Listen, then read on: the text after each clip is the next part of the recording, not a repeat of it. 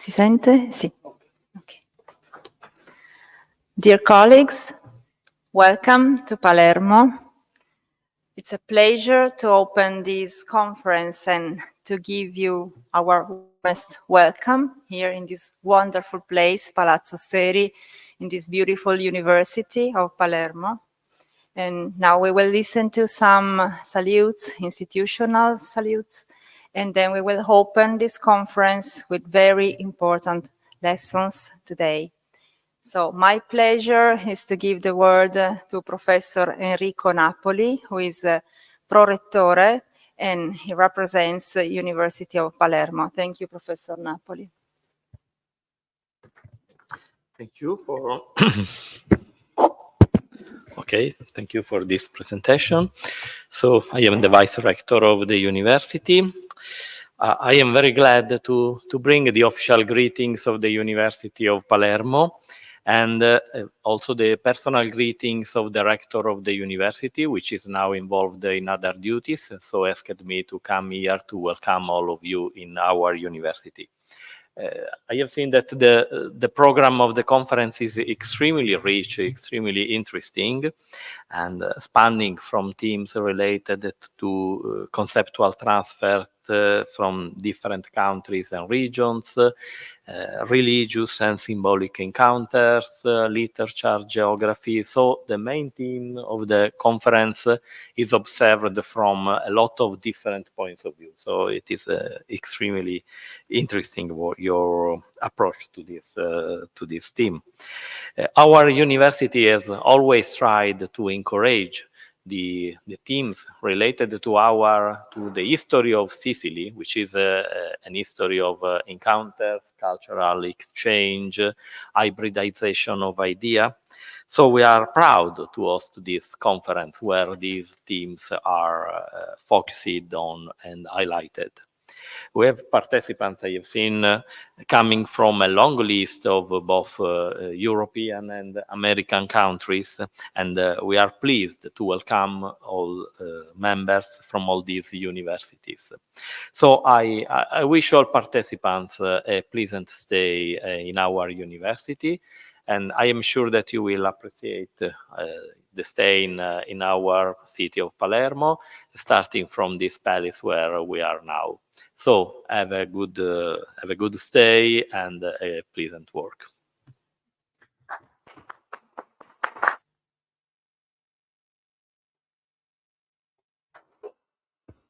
Well, thank you so much, Prorettore. It's a very warm welcome yours.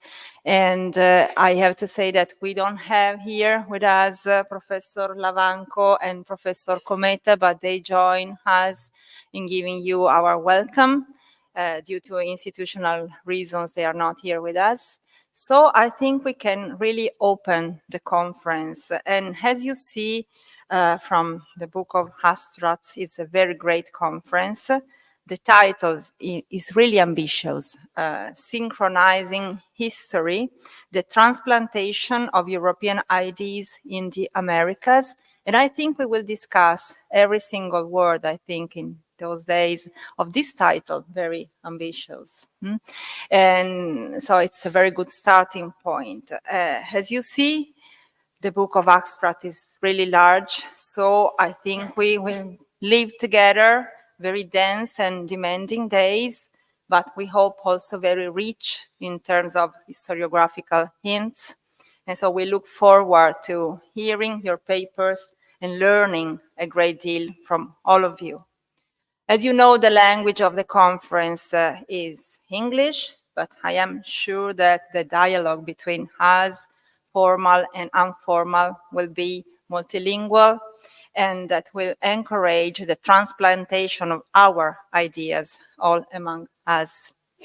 There are many of us, so whoever is in charge of chairing the panels will have to ask speakers to speak for no more than 20 minutes. I know it's very short time, but we need also sometimes for dispute to argue our conference paper. So 20-25 minutes, not more, in order to allow for discussion after each session. We really hope to have a discussion after each section. Now, I think it's time to open this conference, and if anyone can accommodate and welcome you better than me, this is my friend and colleague, Luigi Alonzi, who came up with the idea of organizing such an important venue.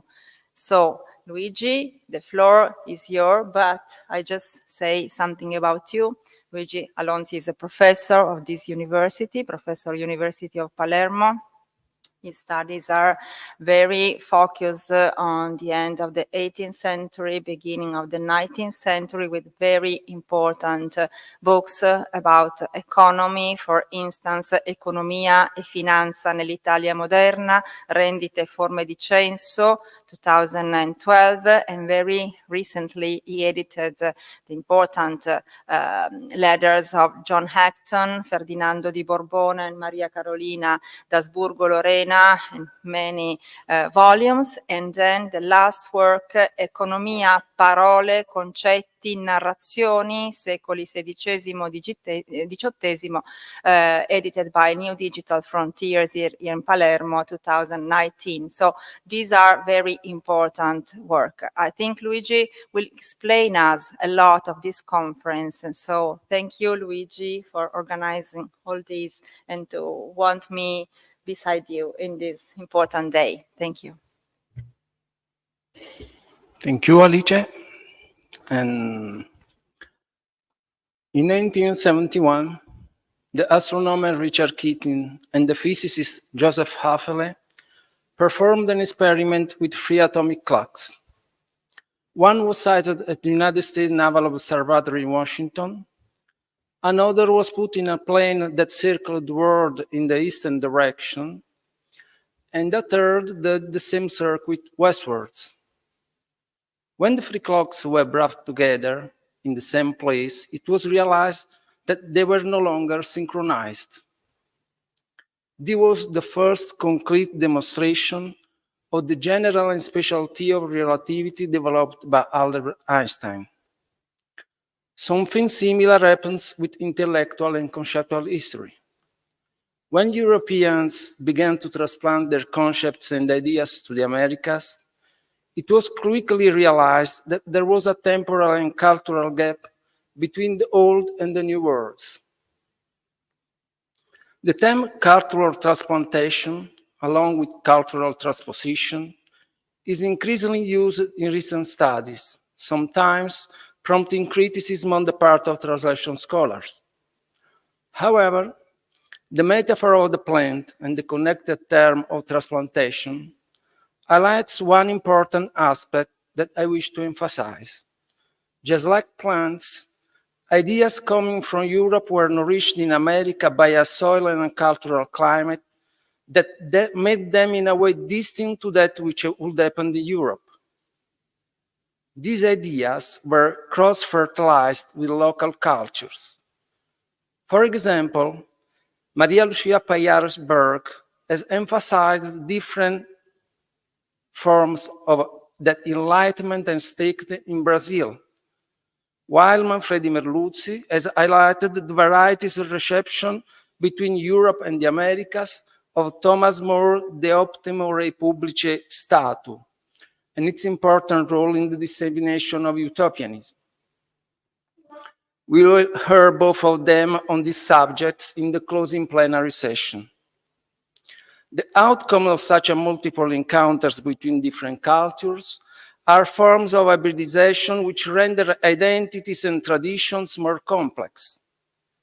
When required to publish a Brazilian version of his lecture on cultural encounters, originally published in German as Kulturelle Austausch, Peter Berg had recourse to this naturalistic metaphor, choosing as a title of his book, Hybridismo Cultural.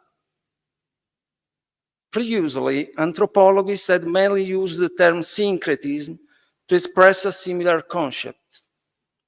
Simply stated, syncretism is the mixing of different religions, cultures, and ideas.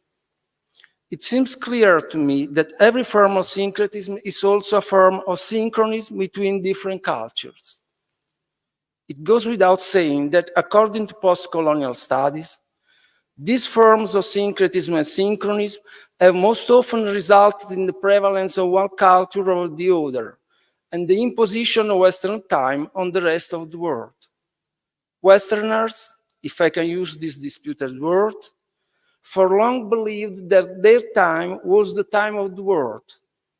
But as the experiment by Keating and Affele metaphorically demonstrates, the movement of ideas and concepts around the world create a desynchronization within the same concepts and ideas, often hidden from our eyes.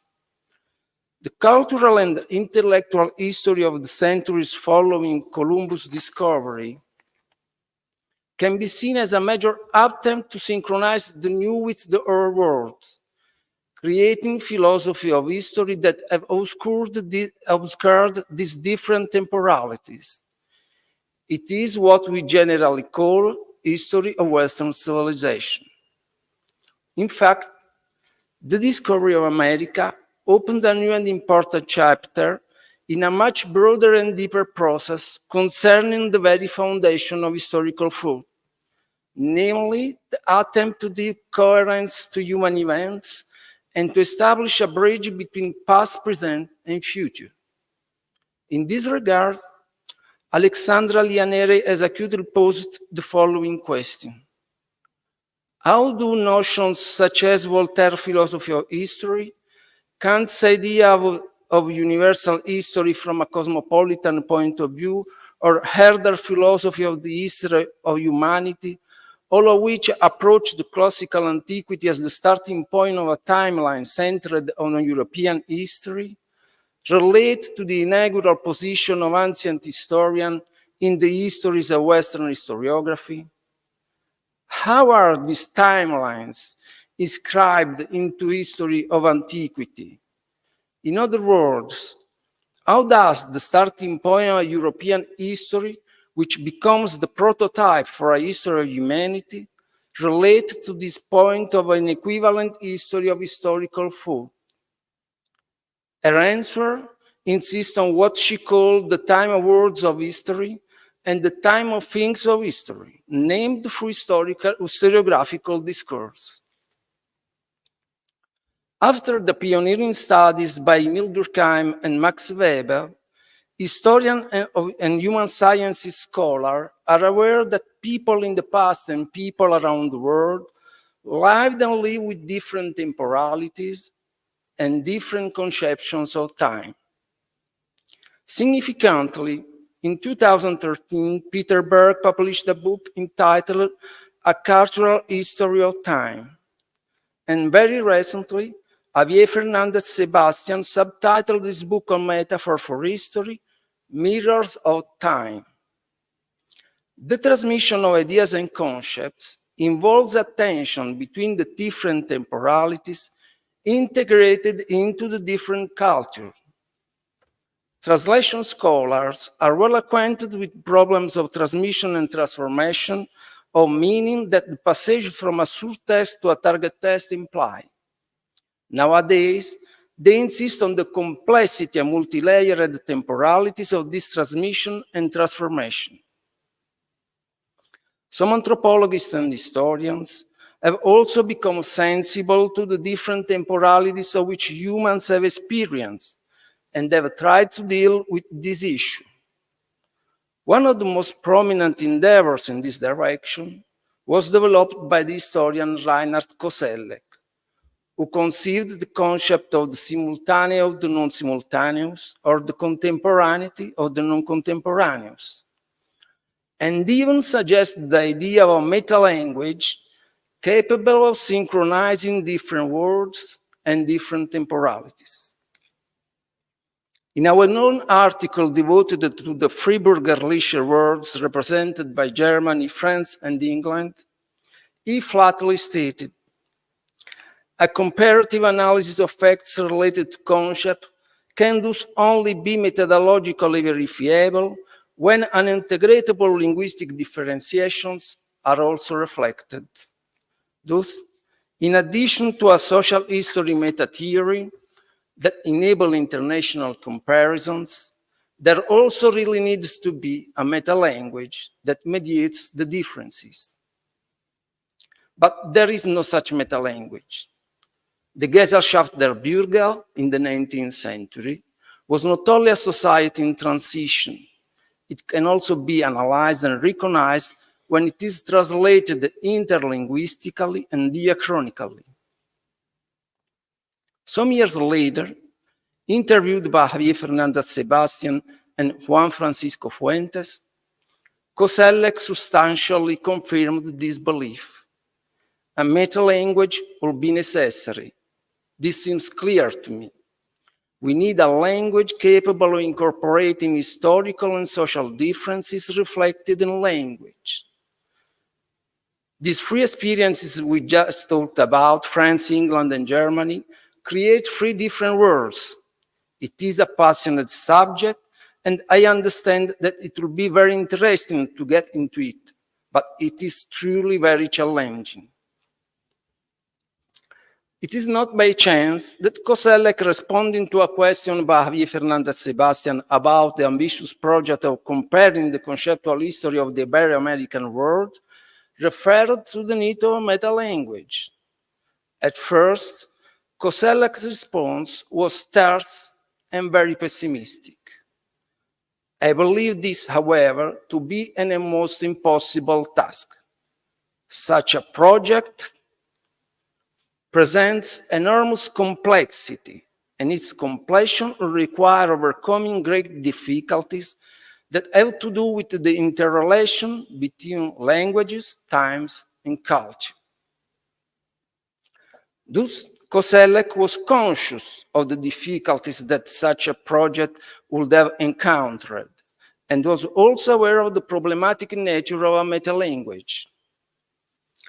Commenting on Fernández Sebastián's Historia Conceptuale nell'Atlantico Iberico, and on the subject he there outlines of historization of historicism, Elias Palti encounters similar questions and difficulties. Is it possible to take a critical distance from our most fundamental beliefs and assumptions, he writes, those that allow us to think about and question the test of the past? And how is such communication possible when the threads of a common tradition disappear? Javier Fernández Sebastián's book provides some important answers to these thorny questions, which are also at heart of the two engaging books recently published by Elias Palti, Misplaced Ideas, Political Intellectual History in Latin America, and Intellectual History and the Problem of Conceptual Change. Significantly, the setting of this question recalls the discourse advanced by Koselleck. Indeed, Palti states, in short, the philosopher would have become a meta-philosopher and the historian of ideas a meta-historian. It is precisely this passage that we intend to carry out here, more precisely, to transfer reflection from the history of ideas in Latin America to what could be called a meta-theory of ideas in Latin America, a history of the history of ideas.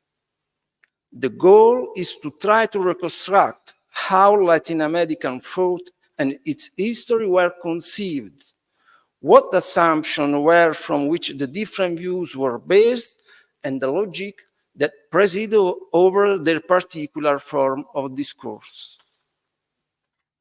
Accordingly, in the latter book, he asks, how does long-term intellectual change occur? Can we develop a theoretical framework for understanding past systems of knowledge? Palti does not provide any easy answer to these questions. On the contrary, his book is a palimpsest of warnings which deserve to be taken seriously. At root, the problematic nature of a resort to a meta-language for analysis of the history of the New World is the same that lies behind the concept of the contemporaneity of the non-contemporaneous, as delineated by Ragnar Koselleck. For the non-contemporaneous, can only be defined in the light of Western contemporaneity. I look forward to hearing Peter Burke on this subject. In short, it seems very likely that natural languages may be hidden beyond what is defined as metalanguage, and that this problematic nature can be viewed not only diachronically, but also synchronically and within the same language. In other words, this is the same issue recently raised by Ethan Kleinberg regarding historicist time. According to Ethan, time here serves as the basis for historical explanation, but its neutrality, homogeneity, and extra-historicality are a trick. The idea of progress over time that lies at the core of the historicist project justifies the position of those in the present as superior of that of those in the past, but it is not anyone present. It is the present of the historian whose values are shared by their intended audience. We can add here that just like Koselleck with metalanguage and Elias Palti with meta-theory of ideas, Kleinberg felt the difficulty of matching with the problem he has identified. Criticism of historicism time, he writes, have exposed the mechanism that creates and justifies the idea of a temporal leg, the waiting room of history. But this criticism most often attributes the implementation of historicist current politics to the West or to Europe. These are difficult and slippery geographical signifiers, especially the non-West, against which they are juxtaposed. The problem with ascribing responsibility for historicism to the West or to Europe or to the historicism itself, it is that it is entirely unclear who or what we are blaming. Fundamentally, I think that in the last 30 years, we have begun to struggle more consciously to free ourselves from the 19th and 20th century philosophy of history in order to deconstruct the isms that have produced capitalism, historicism, and so on. Doing without these conceptual tools and these grand narratives most often means having no terms of comparison with which to interpret other cultures. In fact, post-colonial and postmodernist studies are no less constructions than historicist studies and are themselves nourished by the philosophy of history of previous century. There is no doubt that what we broadly call Western culture shaped world culture, and that the conceptual tool it has produced served, especially over the last 2 centuries, as instrument of global synchronization utilized to create consistent narratives of the past, present, and future. As is well known, one of the most influential tools of synchronization was indeed the concept of progress, to which Helge Jordan has brought our attention. As he argues, in the course of the 18th century, the plurality of historical times characteristic of the emerging modernity was synchronized into the linear homogeneous teleological time of progress. This synchronization was achieved by means of a set of different genres, for example, universal history, encyclopedias, novels, world maps. In recent years, Helge Jordan has returned many times to these aspects, with works such as Against Periodization, Multiple Times and the Work of Synchronization, Conceptual Synchronization, Die moderne als Synchronisierung der Geschichte, Begriffs- und Gattungsgeschichtliche Perspektiven. In particular, in his article on Synchronizing the World, he plainly states that his aim was to explain to what extent the writing of global history is based on what I refer to as a work of synchronization, of synchronizing a plurality of times in a plurality of world regions. In other words, synchronization as a historical practice. In my view, This process of synchronizations happens in our head consciously or unconsciously every time we think and speak. Indeed, using language, we are conceptually synchronizing the world around us, which is formed by different temporalities. In other words, we are unifying space-time differences according to our system of values. It is like a process of continuous translation from one place to another and from the past to the future, which take place simultaneously in our present spatial and temporal plane. Consequently, when we are studying the transplantation of ideas from Europe to the Americas, we must be aware not only that the transplantation of ideas from Europe, from Europe to the Americas occurred in previous centuries in the various forms alluded to, but also that it occurs in historiographical practice every time we think and write and trying to explain to ourselves and to others the form in which this process has occurred. As is evident, to address the complex issues involved in this perspective, it is not enough to use the term common era. Rather, it seems like just another trick in itself. New theoretical tools are needed, and my hope is that this conference will help us to find some of them.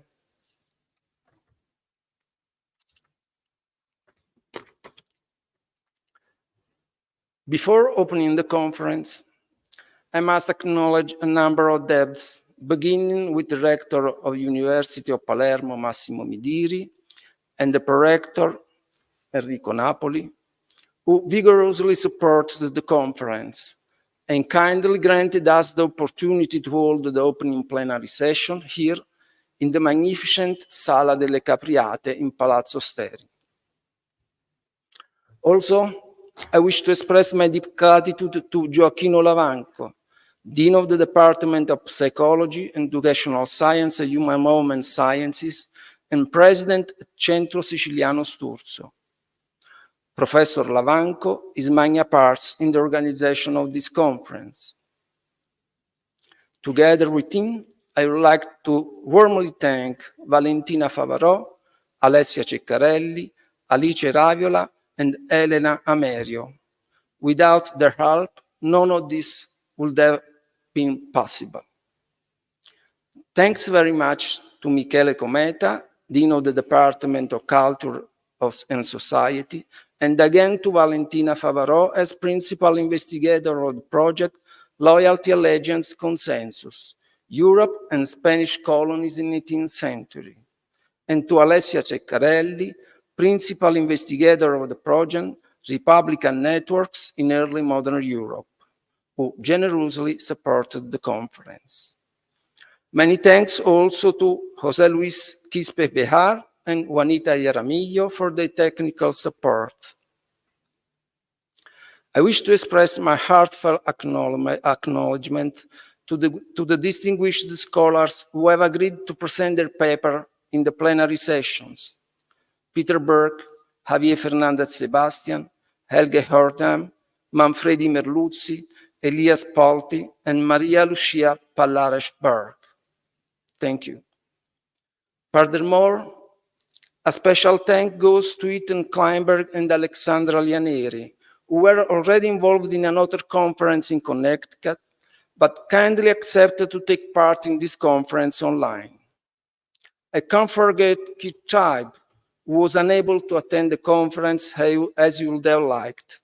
My warm wishes to him and Lynn Jonsberg. Many, many thanks to all the participants in this conference. We received about 100 proposals from more than 50 prestigious institutions and universities in Europe and the Americas. As you will hear, each of the selected proposals has aspects of great interest.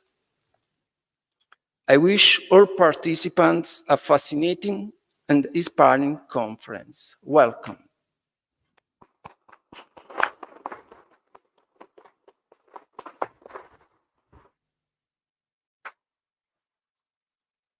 Thank you very much, Luigi. Thank you, Professor Napoli. It was a great pleasure to meet you here. And I think we have all to thank Luigi for this thought-provoking introduction. He used some heavy words already. Time, of course, culture, encounters, meta-language, history of ideas, global synchronization. I think that we are here all together to discuss all the very important ideas and theoretical, methodological perspectives you propose to us. So thank you very much for introducing this conference. And now it's a pleasure for me to give the floor to Alessandra Lianeri. She's connected with us, as we heard. And Alessandra, I present Alessandra while we are waiting for her. Okay, Alexandra, we see you very well. Alexandra. Yes, and we also hear you, of course. Alexandra Lianeri is assistant professor of classics of the University of Thessaloniki. Alexandra has a very large production about this field, the translation of classical epic into other languages, knowing future time, for instance, in and through Greek historiography, a book of 2016, and many other works. I like to quote also Translating Democratia, Temporalizing Democracy in 19th Century Britain, publication by Oxford University Press, very important also for us that we are mostly modern historian, early modern historians. To work with words is so important. Today, Alexandra Lianeri is going to speak about a temporality of the historical encounter, Antiquity's translation and desynchronization in Western modernity. Thank you, Alexandra. Thank you very much. Thank you, Luigi, for inviting me, for organizing this amazing event. I'm really sorry for not being able to be there. But I'm glad that I'm part of it, and at least I will be able to participate in this first part of the discussion. I have a PowerPoint. We see it very well, thank you. Okay, thank you. It took some time. Let me check. Yes. Okay. In 1816, Thomas Jefferson received a letter from Isaac Tiffany, you can see the exchange here, commenting on a translation of Aristotle's Politics by the Scottish historian, royal historiographer, and critic of ancient democracy, John Gillis. Tiffany rejected the translation for being altogether foreign to Aristotle's political thought, which, he explained, could be rendered more accurately from the viewpoint of Republican thought. Would it not be well that the Republican author should be translated by a Republican? Jefferson responded that it mattered little how Greek political thinking were to be translated, as the introduction of this new principle of representative democracy has rendered useless almost everything written before on the structure of government, and in great measure relieves our regret if the political writings of Aristotle or of any other ancient have been lost or are unfaithfully rendered or explained to us. This was a striking statement, not least because it was made by a thinker of exceptional learning in Greek and Roman literatures and history, even by the standards of a neoclassical age. One of its most remarkable aspects arises from the different temporalities that the dialogue foregrounds. First, there are the linear narratives of Western modernity, wherein Greece and Rome provided an inaugural moment in a script of self-synchronization. Through this script, the plurality of times that Helge Jodheim traces behind the mirage of modernity's self-positing is unified by virtue of a shared origin, already steeped in a developmental sense of historical time. This is a temporal pattern that goes back to the 18th century scripts of universal history, also predicated on a certain vision of antiquity. In Kant's 1784 essay, Idea for a Universal History from a Cosmopolitan Point of View, for instance, the cause of a uniform temporality and synchronized global time was affirmed by the ancient Greek and modern European boundaries in their exclusionary interlinking.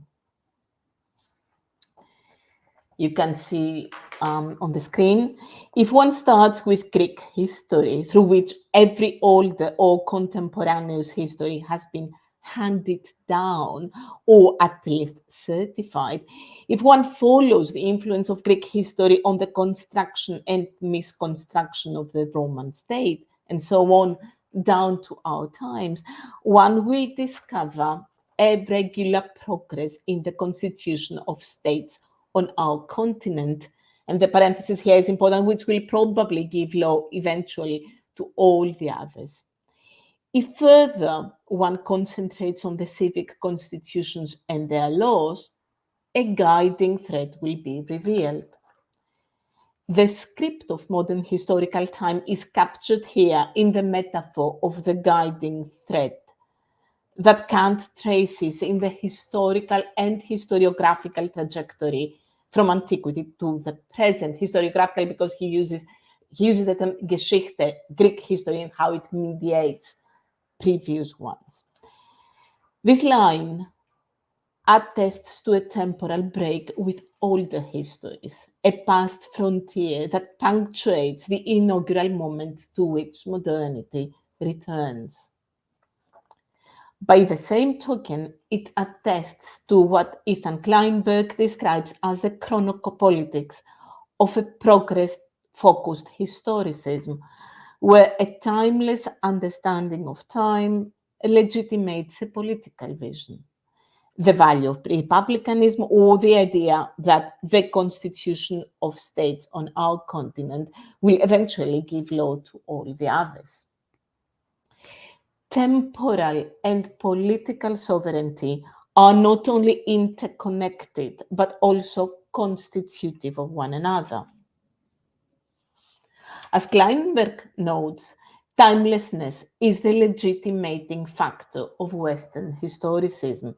Still, the legitimation of this timelessness, in other words, the appeal to an idea as the universal thread of history, is built on a certain vision of antiquity.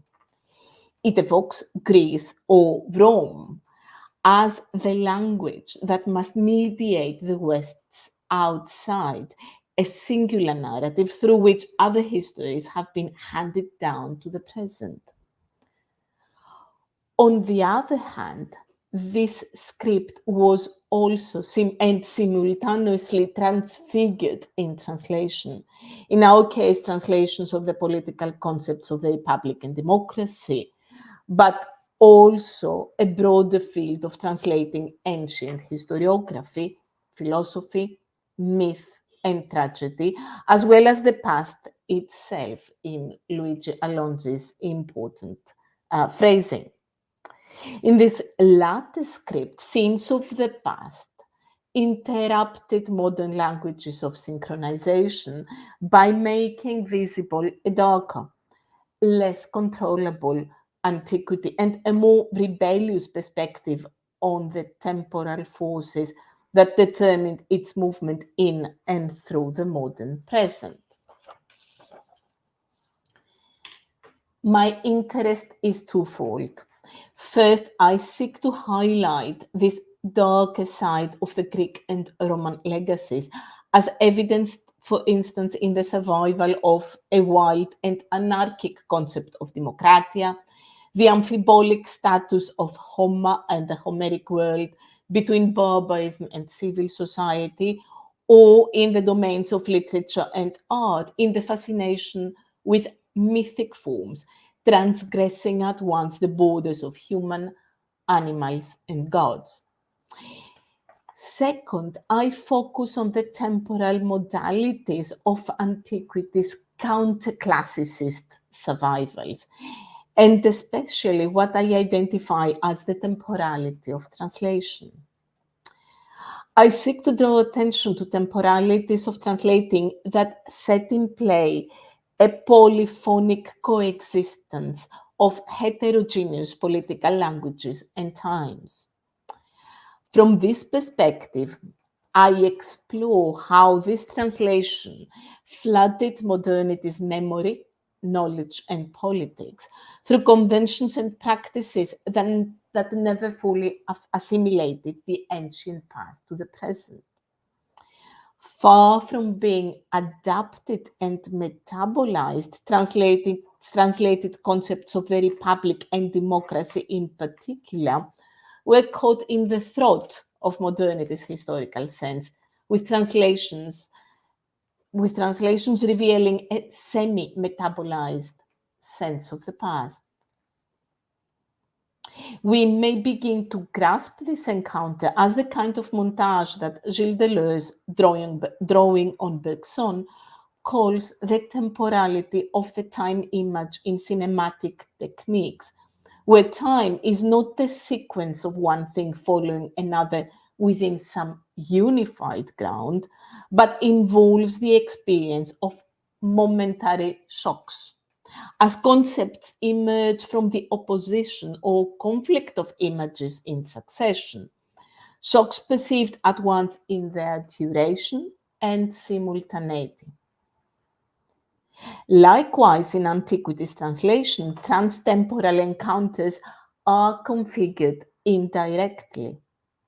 They emerge out of the translational montage itself, as the moving images of political antiquity and modernity enter the same structural framing, be it the translation of Aristotle or the density of democracy and the republic as translated concepts. My contention is therefore two-sided, and I have the points on the PowerPoint. First, I argue for the need to triangulate the field of exchange, transplantation, and movement between Europe and the Americas in order to account for the active survival of antiquity, that is, for a moving past that was mediated by translation.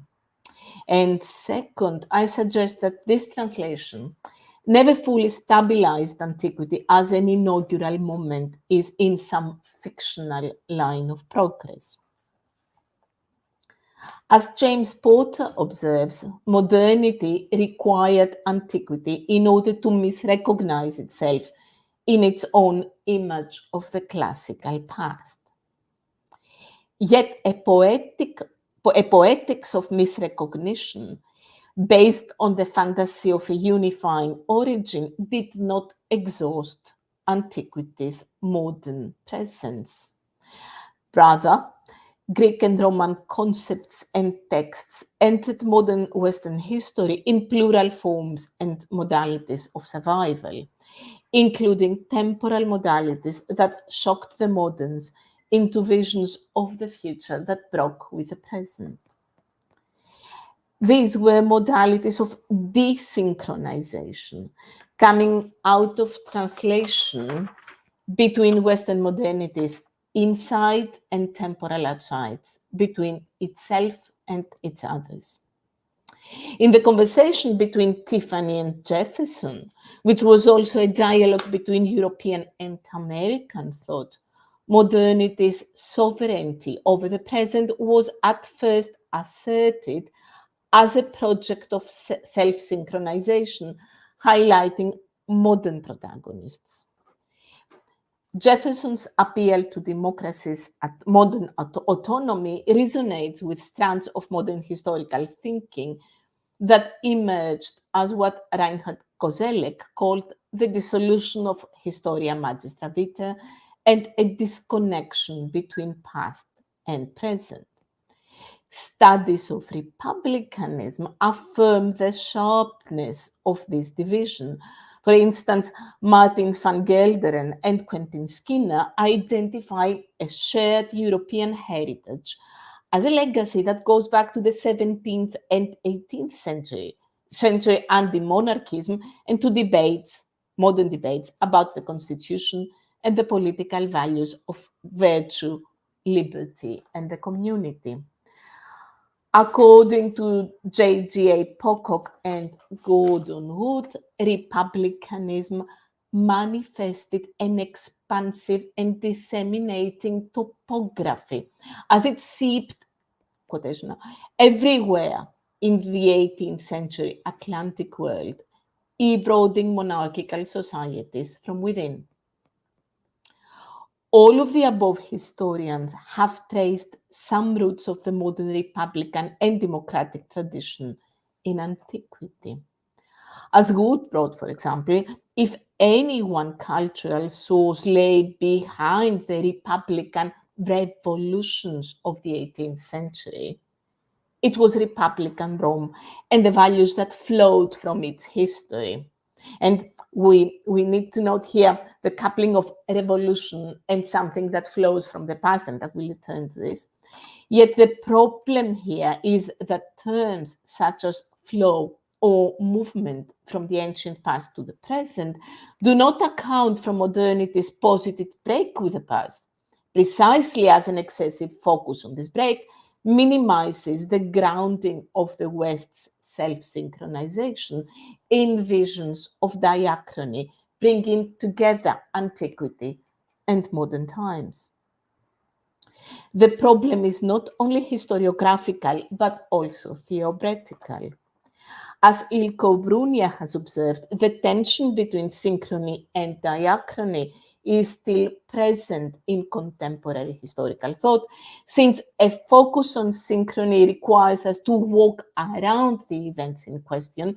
But as soon as we start to look backwards in diachrony, the other dimension needed for approaching the events from different angles somehow gets lost. Sorry. Nonetheless, to infer from this that it is impossible to consider together synchrony and diachrony is to ignore the triangulating perspective of modern thinkers themselves, at least in the field of political thought. Pocock and Koselleck addressed this triangulation by theorizing a concept of translating texts, languages, and the past itself. Pocock's seminal thesis in the Machiavellian moment stressed what he called, you can see it on the PowerPoint, the constant adaptation, translation, and reperformance of texts in a succession of contexts by a succession of agents, performed in as many distinguishable idioms as originally were compounded to form the text, and subsequently formed the succession of language contexts in which the text was interpreted. In other words, and I'm summarizing a more difficult issues here, Pocock viewed this translation as a kind of handing down or movement of the past across distinct discourses and synchronies, which were not ultimately linked to one another. It's like a movement from one synchrony, from one context to the other. By contrast, Koselleck's concept of translation produced porous borders. Its operation is revealed in the density of meaning of concepts such as civil society, republic, or democracy, which he says, and you can see the whole quotation on the PowerPoint, evoke the shaky ground of a millennial tradition. So Kozelek's concept invites us to see the thickness of concepts and the thickness of times, the plural and thick time inscribed into them. Kozelek's notion allows us to move beyond modernity's self-positive temporal and political sovereignty. In our example, this may begin by exploring the tension between present and past participants in translation practice. That is to say, raising questions of who are the historical actors and languages that we need to recognize as responsible for the movement of certain concepts, texts, and values. Why did Gillis conjure Aristotle and Plato in his fight against democracy, as if the ancient authors and fellow critics of democratia were present? What was the pattern his translations opened up for a century that continued to debate democracy and the republic by translating Greek and Roman pasts? The montage of translation suggests that despite appeals to the sovereignty of the modern present, translating Antiquity may be said significantly to exemplify diffused and entangled historical time. Moreover, as we study this translation, we trace the unstable and erratic encounters of and within concepts that converged in an emergent moment of political modernity. In 1816, the year that Tiffany's letter was sent, Jefferson also made the statement that we in America are self-consciously Democrats, deploying a category that was hitherto expunged from political vocabularies. He was well aware that democracy and democratic were pariah words, as John Donne put it.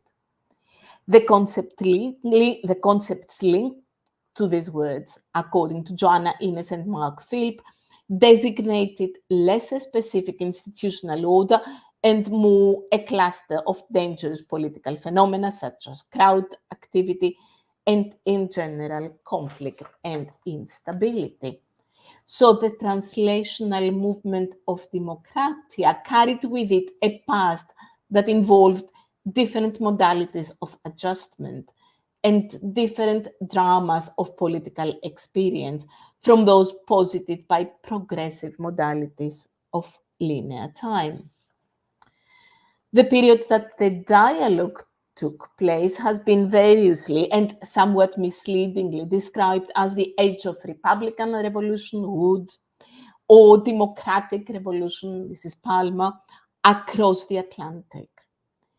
These revolutionary breaks, I suggest, were predicated on an active translation of Antiquity. Modernity's novelty in this sense was a fantasy misrecognized as an objective break. This means that the sovereign state of the modern present, announced in our example by Jefferson's dissociation from the ancient past, might then be redefined as only partial sovereignty. This redefinition affirms Kozelek's hypothesis that repetition, which was central to the modern sense of time, was interwoven with the notion of revolution. The modern revolutions, according to Kozelek, were also repetitions attested in concepts that were at once new and evocative of a plural field of translation. If this is correct, then we must also conclude that at least some modern claims to novelty or revolution also index a temporal montage, where antiquity and modernity were the mediated categories of transtemporal interaction, and thus their borders were porous and under constant revision. By the same token, antiquity's survival was not only pluralized, but also transgressive, constantly refiguring the time image of Western modernity's classical origin.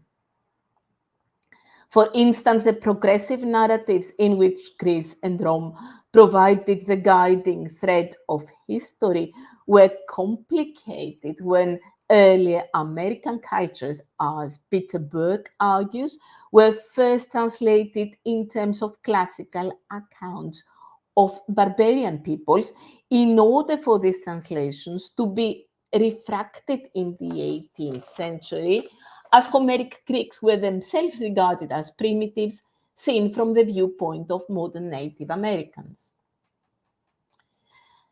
Translational transfigurations and transgressions may be grouped together as attestations of the temporality of the encounter. Moving beyond linearity or the succession of autonomous discourses or ages, this notion addresses a modern poetics of untranslatability and the practice of translating antiquity's otherness as registers of momentary shocks, insofar as concepts arise from the montage of synchrony and diachrony, or what Porter, drawing on Nietzsche, identifies as antiquity's untimeliness that simultaneously challenged and legitimized modernity's self-positing.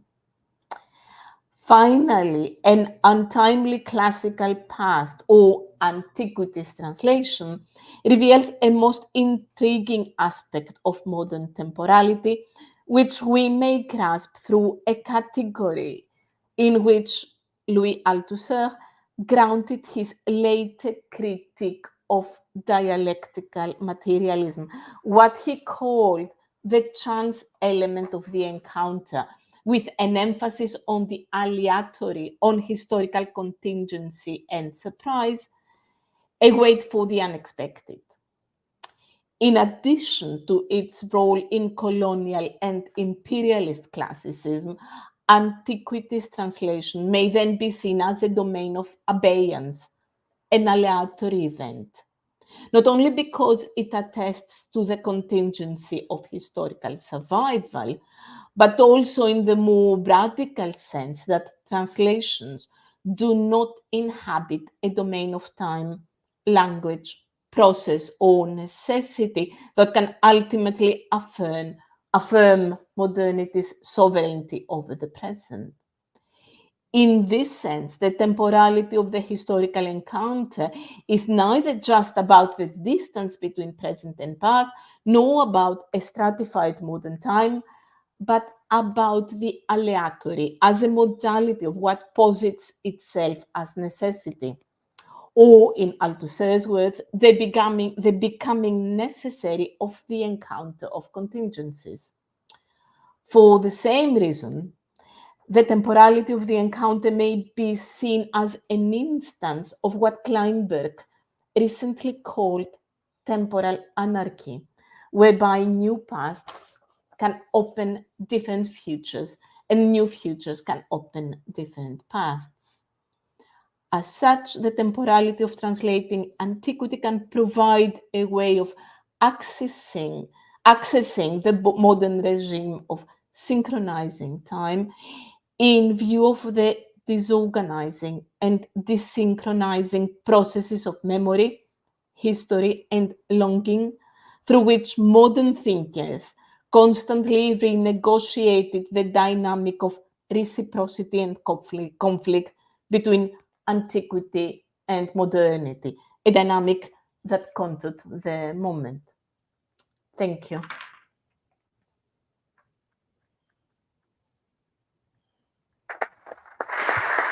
Thank you, Professor Lianeri. I hope you can hear the applause here in our room.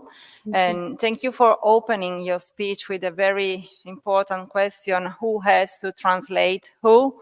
Something that reminds us also some problems related to cancel culture. For instance, I think I tried to connect some hints then we are going to develop. And we have an Italian expression, I think it's very fitting in this case, tradurre e tradire, no? Translating is like a tradition.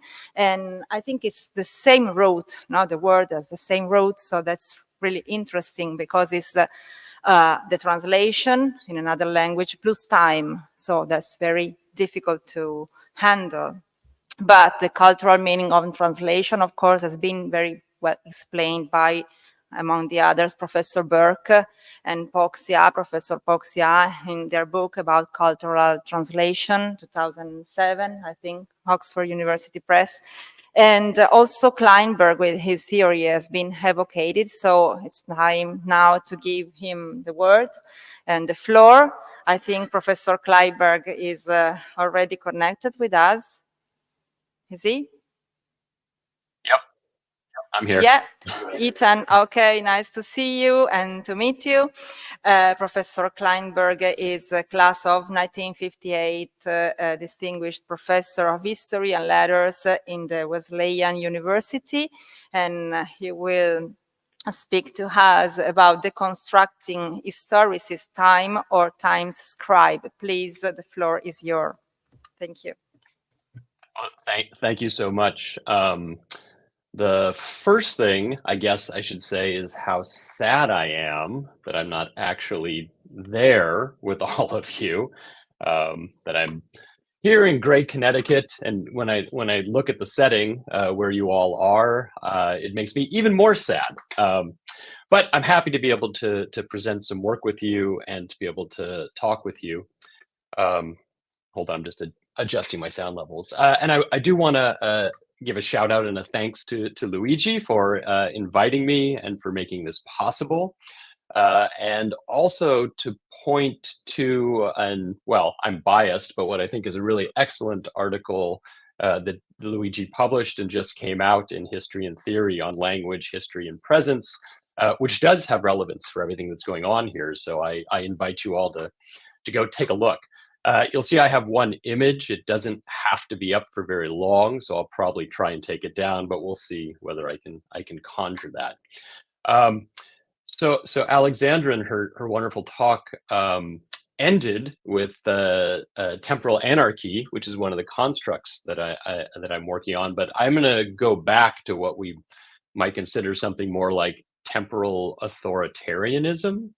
Or at least I'm going to kind of make that pitch that what I'm trying to work through is the way historicism constrains or restricts what time is or time might be.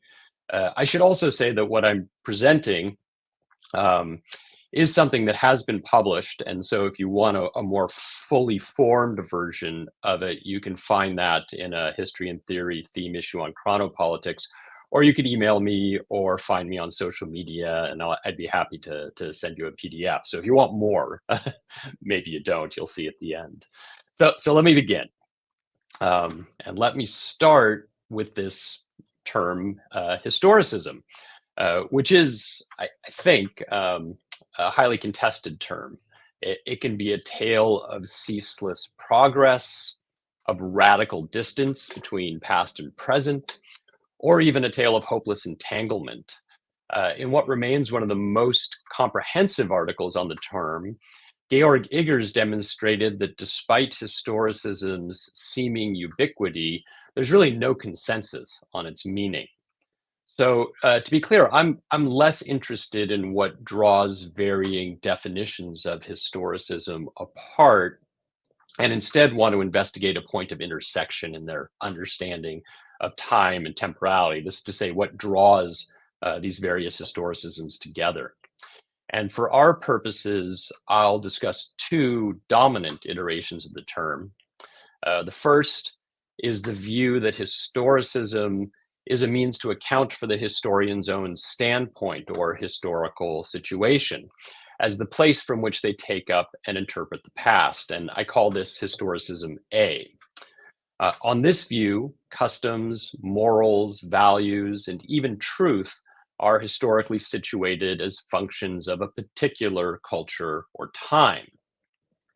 So such a view enables one to reflect on the different values and understandings held in prior times or prior places, seeking to avoid anachronism while acknowledging that what interests us about any given past is likely a reflection of what interests us in our present.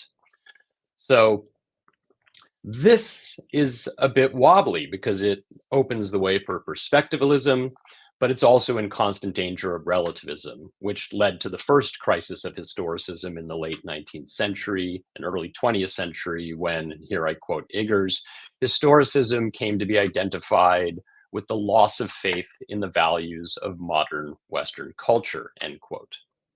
So historiographically, this is the most robust tradition, and it's been associated with thinkers who use the term, beginning with Friedrich Schlegel, Historismus, but also others who didn't, such as Leopold von Ranke. Now, there's a separate, though I'd argue now more popular, understanding of historicism derived from Karl Popper's The Poverty of Historicism, and I'll call this one Historicism B. Popper identified historicism with Hegelian and Marxist speculative philosophy of history, and specifically the attempt to formulate laws of historical development that were then used to justify what he called authoritarian control for eschatological ends, end quote. So Popper's use of the term was in the service of his own political agenda, but nevertheless, the emphasis on historicism as indicating historical development as necessary progress has really endured. And Dipesh Chakrabarty's use and critique of historicism in provincializing Europe is derived from this strain, or he's identified historicism with a model of progress, though he modifies this strain to incorporate aspects of historicism A as well. What makes these seemingly disparate historicisms hang together is their shared reliance on an understanding of time in which unity, uniformity, and homogeneity are the most fundamental temporal features. In contrast to the historico-temporal understanding of the 17th and 18th centuries, which assumed a world of multiple temporalities, or perhaps inherited it, historicism argues for a uniform and homogeneous time that does not require synchronization, because such an understanding presupposes everything to be in sync already. This synchronicity, however, comes at a political cost, as those understandings of time and temporality that lie outside the dominant scientific mode are now to be considered outdated, out of time, or out of sync with modern epistemological norms. So my interest lies in the way historicism serves politics by presenting such an understanding of time as a neutral, uniform, and apolitical scale upon which a political or ideological agenda is enacted, while absolving the historian of responsibility for political or ideological statements in the service of doing history. Time, not the historian, here serves as the basis for historical explanation, but its neutrality, homogeneity, and extra-historicality are a trick, akin to Walter Benjamin's automaton chess player, which is puppeteered by a master of the game that's hidden in the machine. Now, when it comes to historicism, however, it really is unclear whether the historian is the automaton or the puppeteer.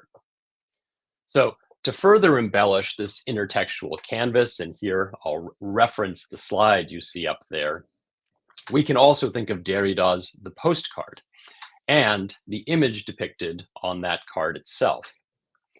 The postcard in question is a reproduction of the frontispiece, which was drawn by Matthew of Paris in a 13th century fortune-telling tract titled The Prognostics of Socrates.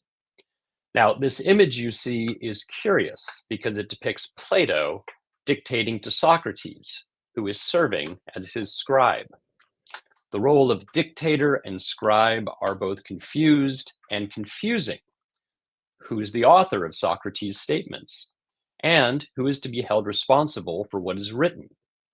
So of this postcard, Derrida writes, "Have you seen this card, the image on the back of this card? I stumbled across it yesterday in the Bodleian, the famous Oxford library. I'll tell you about it. I stopped dead with a feeling of hallucination. Is he crazy or what? He has the names mixed up. And of revelation at the same time, an apocalyptic revelation.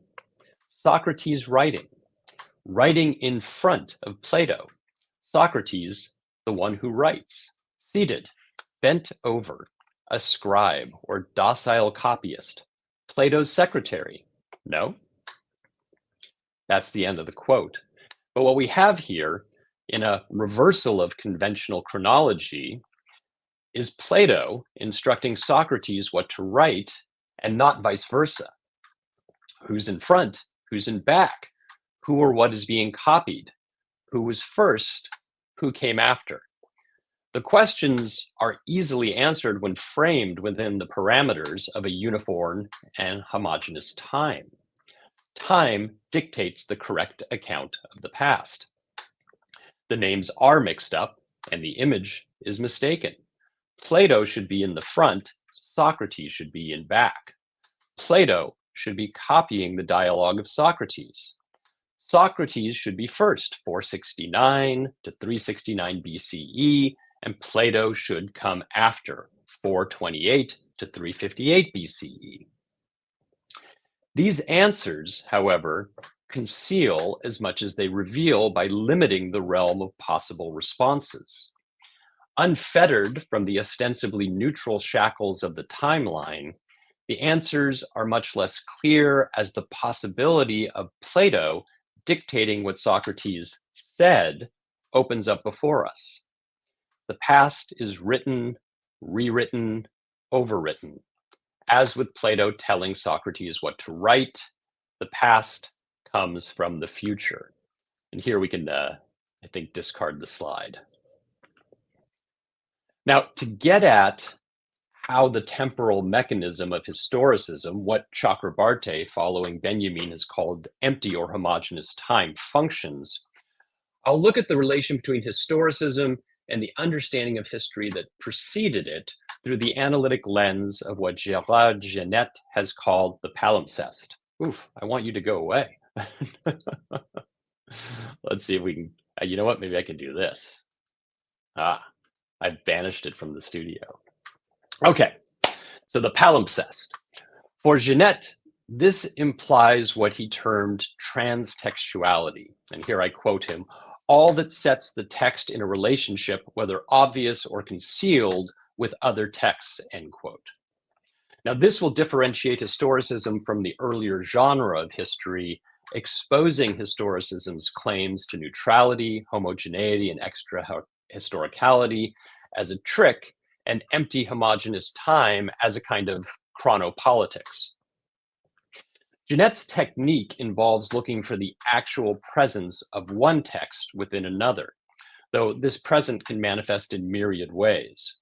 Genette offered Hegel's, and I quote him, elusive and almost silent, end quote, evocation of Denis Diderot's Rameau's nephew in the Phenomenology of Spirit as one such example, though certainly citation and plagiarism are others. For our analysis, and here it is Genette, it may be of yet another kind, such as text B not speaking of text A at all, but being unable to exist as such without text A, from which it originates through a process Genette shall provisionally call transformation. And what it consequently evokes more or less perceptively without necessarily speaking of it or citing it. So an example could be the Aeneid and Ulysses, which no doubt to varying degrees and certainly on different grounds, to hypertext among others of the same hypotext, the Odyssey, of course, the end quote of Genette. So here the transmission is not one of exact mimicry, but is rather a transformation such that the new text is itself original and novel, but derives authority, legitimacy, and legibility via its relation to the hypotext it references and imitates.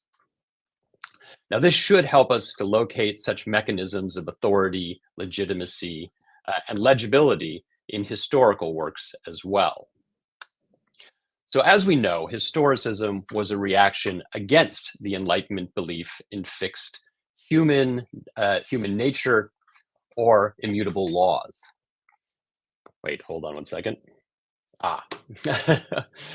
So in fixed human nature or immutable laws. It instead posited that human behavior and organization is a product of historical circumstances, and as such, can only be understood within its historical context.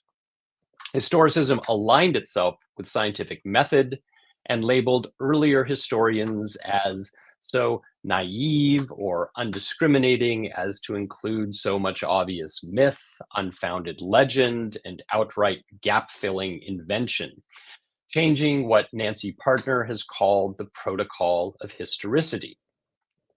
In this sense, historicism was a novel, even surprising construction, differing as it did from the prior mode of understanding, representing a past that continued essentially unchanged for centuries. It was a complete novelty. But to make this claim, we have to ask, what was the prior protocol of historicity?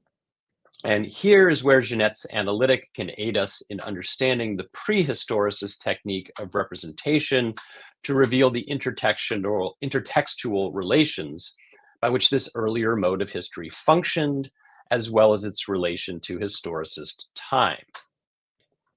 So from its inception with the work of Herodotus, the genre of history distinguished itself from poetry, epic or lyric, and from philosophy, but maintained a transtextual relation with them. The transtextual relation with philosophy was sustained via commitment to permanent observations about human character, which were demonstrated by the incorporation of fictional or invented speeches or events. According to Nancy Partner, and here I quote her, the interpolated fictional voice was the voice of the contemplative, analytical historian demonstrating, not merely asserting, from within the events and in the very voices of historical actors, the underlying means caught in the flux and confusion of events in progress, end quote. The historian imitated earlier works of fiction in the service of transforming this imitation. Herodotus's reference to epic poetry, such as works by Homer, legitimated his account while transforming it into the genre of history. Thucydides discarded many of Herodotus's characteristic procedures, except, and this is to the dismay and confusion of generations of scholars, his use of fiction, of which he made a specialty in elaborate invented speeches, which lay out an entire social psychology and theory of politics.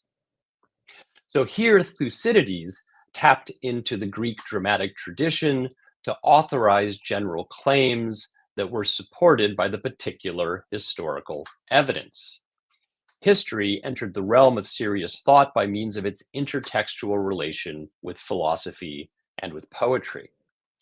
Once history had established itself as a serious genre, future historians looked to Herodotus and Thucydides as the hypotext to be imitated in the service of transformation, while maintaining the transtextual relation, even if now in connection to texts such as the Pentateuch or the Gospels. So from Thucydides to Tacitus to Gregory of Tours to Thomas Carlyle, stylistic invention and recourse to myths or legends was not a matter of naivete, ignorance, or superstition, but an attempt to address the most important, serious, and enduring questions about humans, their psychology or nature, their politics, and their historical trajectory. Now, of course, according to Jeanette, here I quote him again, in order to imitate a text, it is inevitably necessary to acquire at least a partial mastery of it, a mastery of that specific quality which one has chosen to imitate, end quote. And here one can see that this technique of legitimation and authorization also requires a commitment to the values in the text one is imitating. This is to say, for the authorizing and legitimating strategy to work, it required a set of readers who recognized or could be convinced to believe the same values as the historian, be it Greek, Roman, or Christian transtextuality. The chronopolitics of prehistoricist history was explicit. And this all changed with historicism. With historicism, history came to be defined as a product of advanced scientific culture, which led to the modern suppression of incorporated fictions in the service of universal claims, severing history from its transtextual relation to poetry and philosophy. Modern science and scientific practices now became the legitimating hypotext, replacing poetry and philosophy. But the science of history was of different sort than that of the natural sciences, and the crucial distinction was between the timeless laws of nature and the actions of humans, which are contextually situated on a uniform timescale. So history is no less scientific than the natural sciences were, but serious historians had to banish the referent of timeless laws or qualities because of that previous connection to fictive or philosophical invention. The deeper truth revealed by the fictive was replaced by the ostensibly neutral scaffold of time. The protocol of historicity now took the form of a readable code of extra-textual reference and inductive reasoning whose category meaning was no longer human nature or psychology, but now verification. The imitative or transtextual relation to historicism, of historicism to science, was legitimating and also transformational, insofar as the style and method referenced were tailored to the human condition. Of course, even as history was distinguished from the natural sciences, the latter continued to cast a shadow on the former via the invocation of proof, repeatability, and objectivity. In this sense, the relation and connection to the harder sciences remained a legitimizing one. And once the new historical understanding was established, the imitative aspect of historicism became purely generic. What is to be mastered and imitated are not the texts or philosophical constructs to make history's life's teacher, Historia Magistra Vitae, but rather the historical style and method that makes any given text legible as serious disciplinary history. The shifts in the protocols of historicity was, however, also a shift in the chronopolitics of history. Historicism removed the overt political, cultural, or ideological statements and, in their stead, offered a series of particular and limited statements about culture, politics, or values at any given time or place. This enabled historicism to open history to a multitude of cultural values and perspectives, all the while admitting to the historians limited access to the topics they study. But while the historians of historicism argued for the particularity of their statements, they simultaneously used them in the service of their respective nationalist projects. Historicism, in this way, is more pernicious than the previous model because it professes neutrality and circumspection, but also claims superiority by virtue of the historian's place on the temporal scale. The idea of progress over time that lies at the core of the historicist project justifies the position of those in the present as the superior to that of those in the past. But, and as we've heard a couple times before, it's not anyone's present. It's the present of the historian whose values are shared by their intended audience. Now, as in the earlier model, this is a cultural imposition, but it is one that's no longer limited to an audience constituted of only a fraction of the social world. The proponents of historicism actively sought to make their understanding of time and history the only one, leveraging their position in formal education and high culture in the service of nationalist, colonial, and imperialist endeavors. Effectively, the project of historicism came to function like a traditional palimpsest, overwriting previous and even contemporary accounts or understandings of the past and replacing them with the new or modern one. As time passes and historians progress in method and understanding, the parchment of the past is scrubbed clean, erasing the older version so that a new historical account, one written from the perspective of the present, can be inscribed in its stead. The older history is effaced, though it might be conserved in the new inscription as antiquated knowledge, or perhaps even as historiography. This historical rewriting is violent, but the politics or ideology that motivates the revision, like the chess master pulling the strings of Benjamin's chess-playing automaton, remains hidden. All the variants of historicism are legible as, quote, disciplinary history because they subscribe to the same protocols of historicity offered in the neutral guise of style and method. These protocols, not stories, values, or timeless truths, are what constitute modern disciplinary history, although there may be a temporal lag between those who comprehend the new mode of history and those who don't.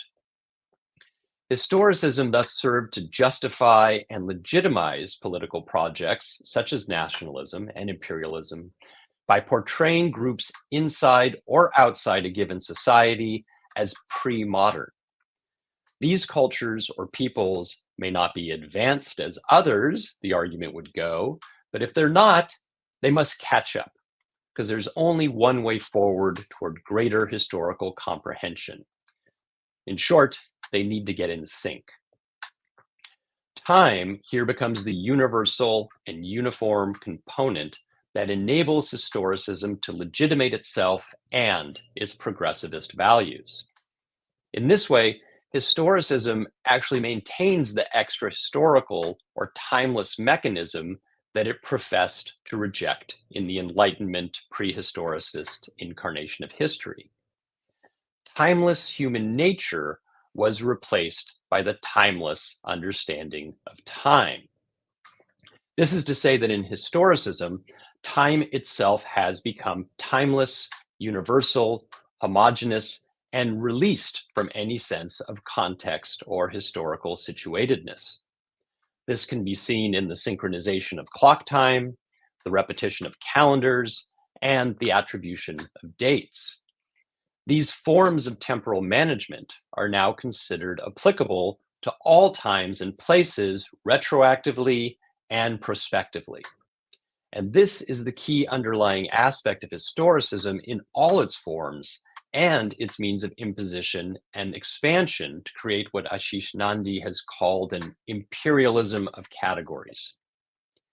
Historicism established such a hegemony by ingeniously demoting and discounting alternative ways of understanding time and the past as backward, mythical, or unscientific accounts that are themselves to be explained and understood via the rules and protocols of modern scientific history. Thus, the historicist historian relies on a protocol of historicity legitimated by the historian's temporal position on the neutral and homogeneous scale of time, their position in the present. Well, at first blush, the gains of historicism appear quite positive because the field of historical regions and actors is expanded beyond the narrower confines of the earlier models of history. Gone is the idea of a fixed human nature or set of moral and political norms against which all peoples and cultures are to be judged.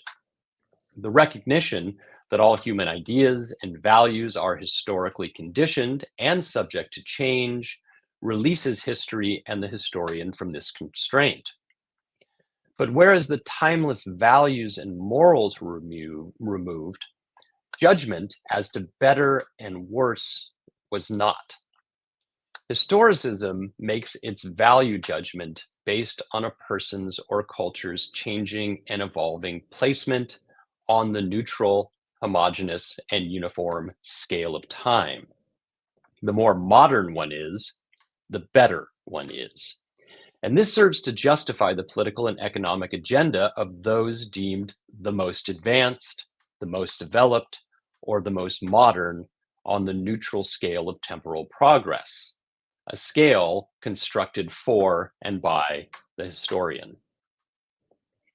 So Chakrabarty and others, critics of historicism, are surely right when they argue that to break the hegemonic hold of current secular conceptions of the political and the social requires that we break with the historicist view that the human exists in a frame of a singular and secular historical time that envelops other kinds of time. Chakrabarty also recognizes that this is easier said than done because, to quote him, imaginations of socially just futures for humans usually take the idea of single, homogeneous, and secular historical time for granted, end quote. Criticisms of historicist time have exposed the mechanism that creates and justifies the idea of a temporal lag, the waiting room of history. But these criticisms most often, as has been noted, attribute the implementation of historicist chronopolitics to the West or to Europe. And these are difficult and slippery geocultural signifiers, especially the non-West against which they are juxtaposed. The problem with ascribing responsibility for historicism to something like the West or to Europe or even to historicism itself is that it is entirely unclear who or what we are blaming. And here is, I think, where historicism and historicist time can be seen at its most insidious. The critics of historicism have revealed the way the temporal scale of empty homogeneous time functions, like the master chess player who guides the automaton historian's hand in order to play a winning game of chess, answering each move of an opponent with a counter move, here ensuring that the West wins every time. In doing so, historicism was seemingly exposed, and the success of the critique led to a recalibration in the discipline of history and the creation of global and alternative histories that took issue with the historicist's claim to progress and development. This all seems great.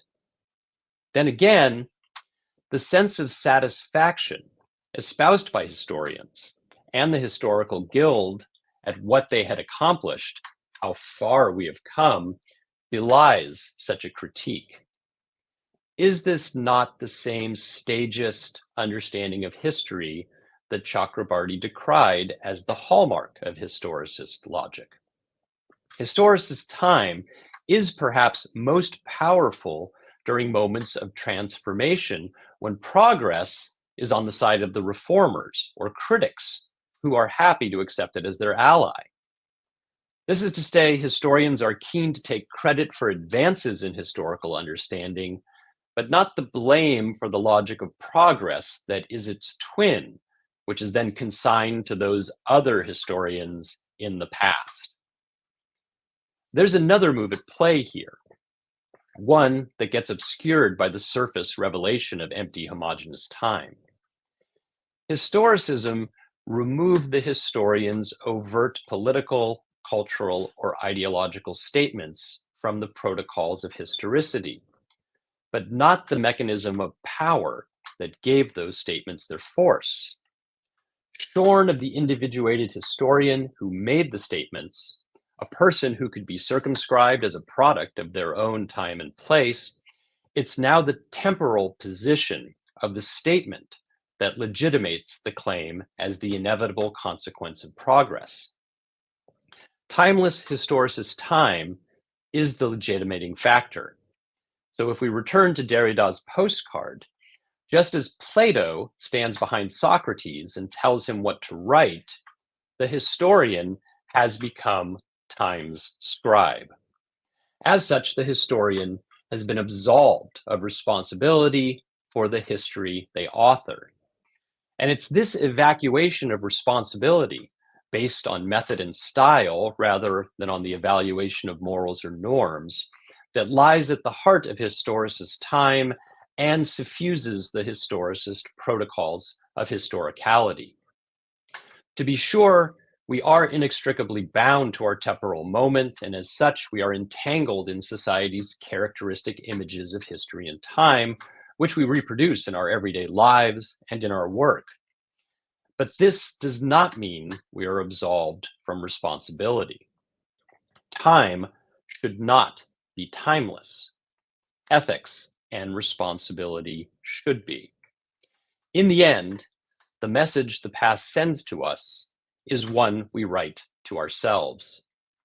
Breaking the hegemony of historicist time will take more than uncovering its temporal trick of timeless time.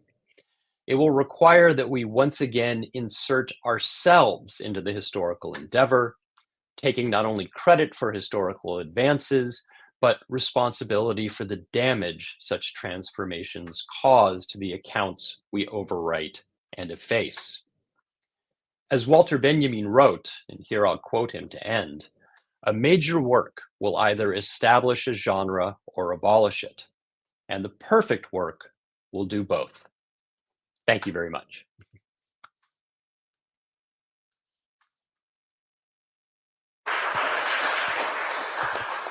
Thank you very much, Professor Kleinberg, for this very important paper.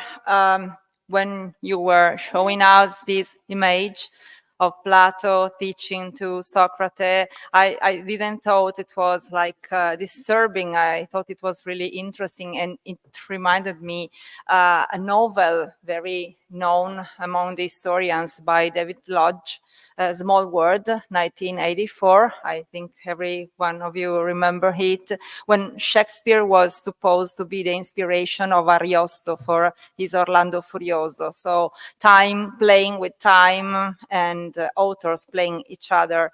And I think you transformed this image into a methodological lesson to all of us. And I want to remember, because I did it before, Hunting History, a very important book you wrote for the constructive approach to the past, Stanford 2017.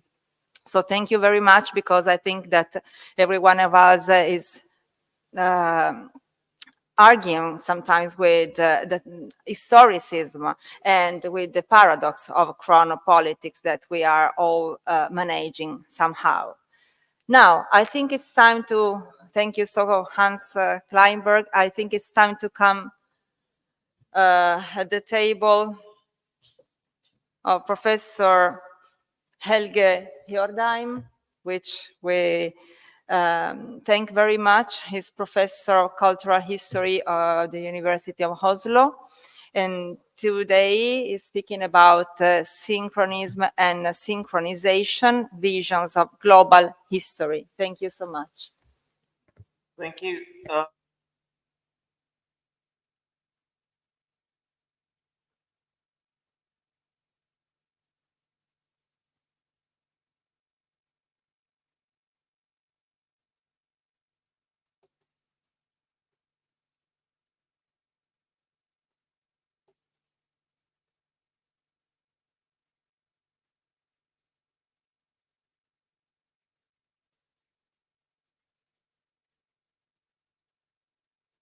I can quote some books of yours if you want, So you just want to me get my prepare. computer? Okay. Do you have the slides? Yes, I think they have. So I just remember conceptualizing the world and exploration across disciplines, co-edited with Herling Sadmo, and then Universal History and the Making of the Global with Hal Björnstad and Hanna Regen Susini, and then Civilizing Emotions with Margit Pernow, 2015. So thank you so much. And now when everything will be ready, you can, I think you can stand, but maybe they need to move the camera. Yeah. Può stare in piedi? Okay, yes, you can. So, but I'm waiting for my Yes, the slides. Yeah, just a moment.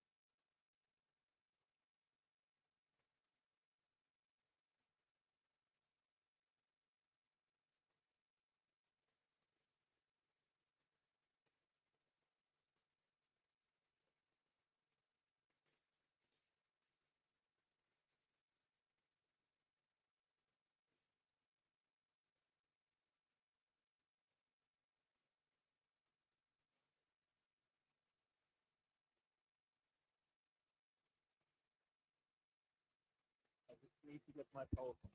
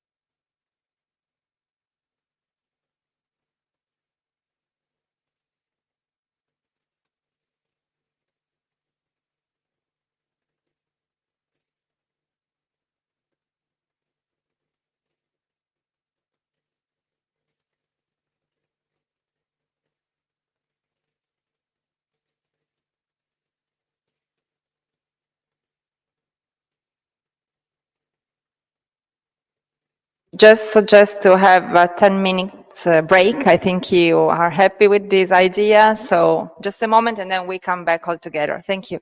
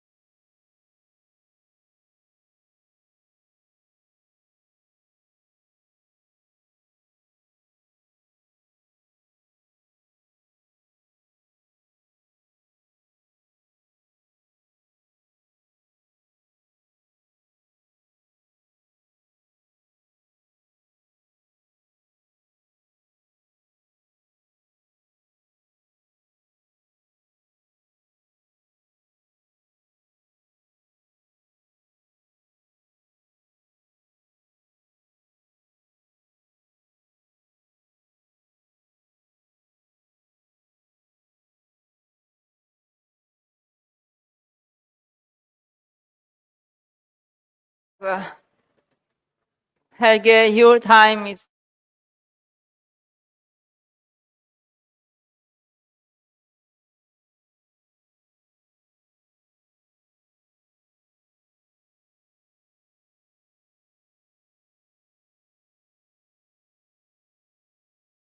Easy to make the joke. Yes, but now it's your turn.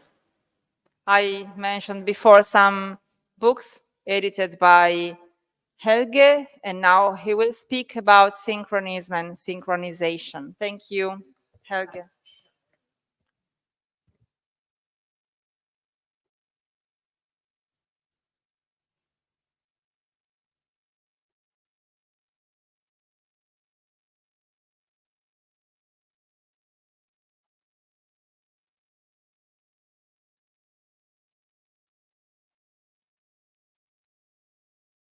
This room I ever talked in. I don't think anything compares really, which is amazing. So even though Ethan's office, Ethan Kleinberg's office is nice, I'm really happy to be here and not on Zoom. So what I'm going to talk to you about is sort of related to what Ethan and Alexandra was just saying. It's about sort of, it's not criticism of historicism, blah, blah, blah. I'm gonna do some of the same things, but in a somewhat different context. And mostly, I'm here to show you some stuff.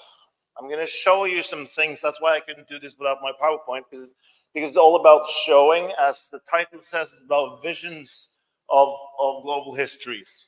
So that it takes me a little time, and you'd be bored at the beginning probably, because I have to do some sort of legwork before I get to showing stuff, but just hang in there, and you'll see some nice things at the end.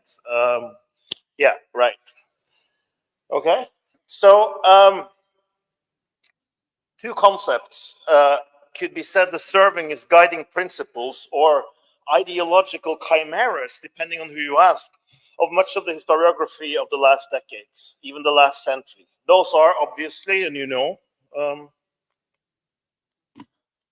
modernization and globalization. So if we do not take one or both these concepts into account, we remain at a loss to understand what historians in the Western tradition have been up to, I would claim. In shorthand, as you know, again, modernization evokes the idea of a historical process by which the world turns modern, mostly linked to technology, industrialization, capitalism, and political and social differentiation. Whereas globalization refers to entanglements and interconnection of the world by means of communication, exchange, and circulation of people and goods. For example, there could be other definitions, of course. So common to both these historiographical sort of modernist concepts is that they presuppose a unity of space and time. Yeah? The space of modernization and globalization is the world, or in more graphic terms, the globe. Less obvious, at least at first sight, is how both concepts also presuppose a unity of time. Ethan talked about this, wherein all history can be plotted along a single timeline and imbued with a sense of direction towards the increasingly modern and globalized future. For instance, like this is a complete random timeline that I Googled before I came. There's millions of these, right? So the notion of time as fundamentally linear, singular, and uniform, a timeline along which everything that happens can be located, is one of the most persistent ideas in Western culture, even for children. The basic principles of history, such as succession, causation, agency, are successfully plotted along material and imaginary lines, or emplotted in narratives that follow similar linear structures. For more than 2 centuries, these linear time structures have served the political and cultural ambitions of European nation states and colonial empires, documenting the step-by-step rise of the nation, the expansion of empire, the process of civilization and progress, modernization and globalization. So in different ways, as you've heard, I'll just go through this quite quickly. Both these grand narratives are linked to the rise of historicism. And according to Frederick Beiser, historicism means that everything on the planet has a historical existence, is coming to being through history, and will eventually disappear the same way. Or in other words, that everything has a past, present, and future. As you also know well, historicism had its breakthrough in Germany in the end of the 18th century in the works of Johann Gottfried Herder, Georg Wilhelm Friedrich Hegel, who you see at the lectern in his famous engraving above, and others. All of the terms modernization and globalization do not enter the mix until much later. The historiographical frameworks, the ideas that the world progresses, both temporally through the stages of technological, cultural, and social development, and spatially through the stages of discovery, communication, and entanglement, originate in the late 18th century. In more recent, you just heard this also, post-war Western historiography, much critical energy, and Ethan mustered some of that energy, obviously, has gone into deconstructing these paradigms designed to secure the preeminence of the Western world, located at the forefront of modernization, at the center of globalization. Tools for these deconstructive moves have come from political and institutional histories, biographies of historians steeped in colonialist and racist prejudices, alternative local historiographies, indigenous traditions, etc. Post-colonial criticism, decolonization struggles, together with studies of memory and trauma, histories of the vanquished and the suppressed, as well as new forms of natural history, have disrupted and splintered linear progressive time and turned history into a multi-temporal field. Times and narratives cross, interrupt, and disrupt each other, come in and out of sync, end and begin again. As the pushback against the attempts to decolonize the canon shows, however, universal historical time is still very much part of the tacit knowledge of Western historiography practiced around the globe. I give you Steven Pinker just as one random example. So in this talk, I'll do something else. I'll argue that the tools to rethink the myths of modernization and globalization, which we really need to do, can be found within the Western tradition itself, also within the Western tradition itself, I should say, if we're only willing to part with one of the most durable truths about the unity and linearity of historical time. To achieve that, I suggest we return to the long 18th century and to the cultures and genres of knowledge forming in early modern Europe. My aim then here is to rethink universal historical time from inside the tradition that brought it about, as a practical and methodological rather than a theoretical and philosophical matter, as something that is done. I return to the moment when historicism took hold of Western imagination in order to draw attention to an alternative, later ignored set of historiographical practices, presenting a conceptual and methodological counterpoint to historicism.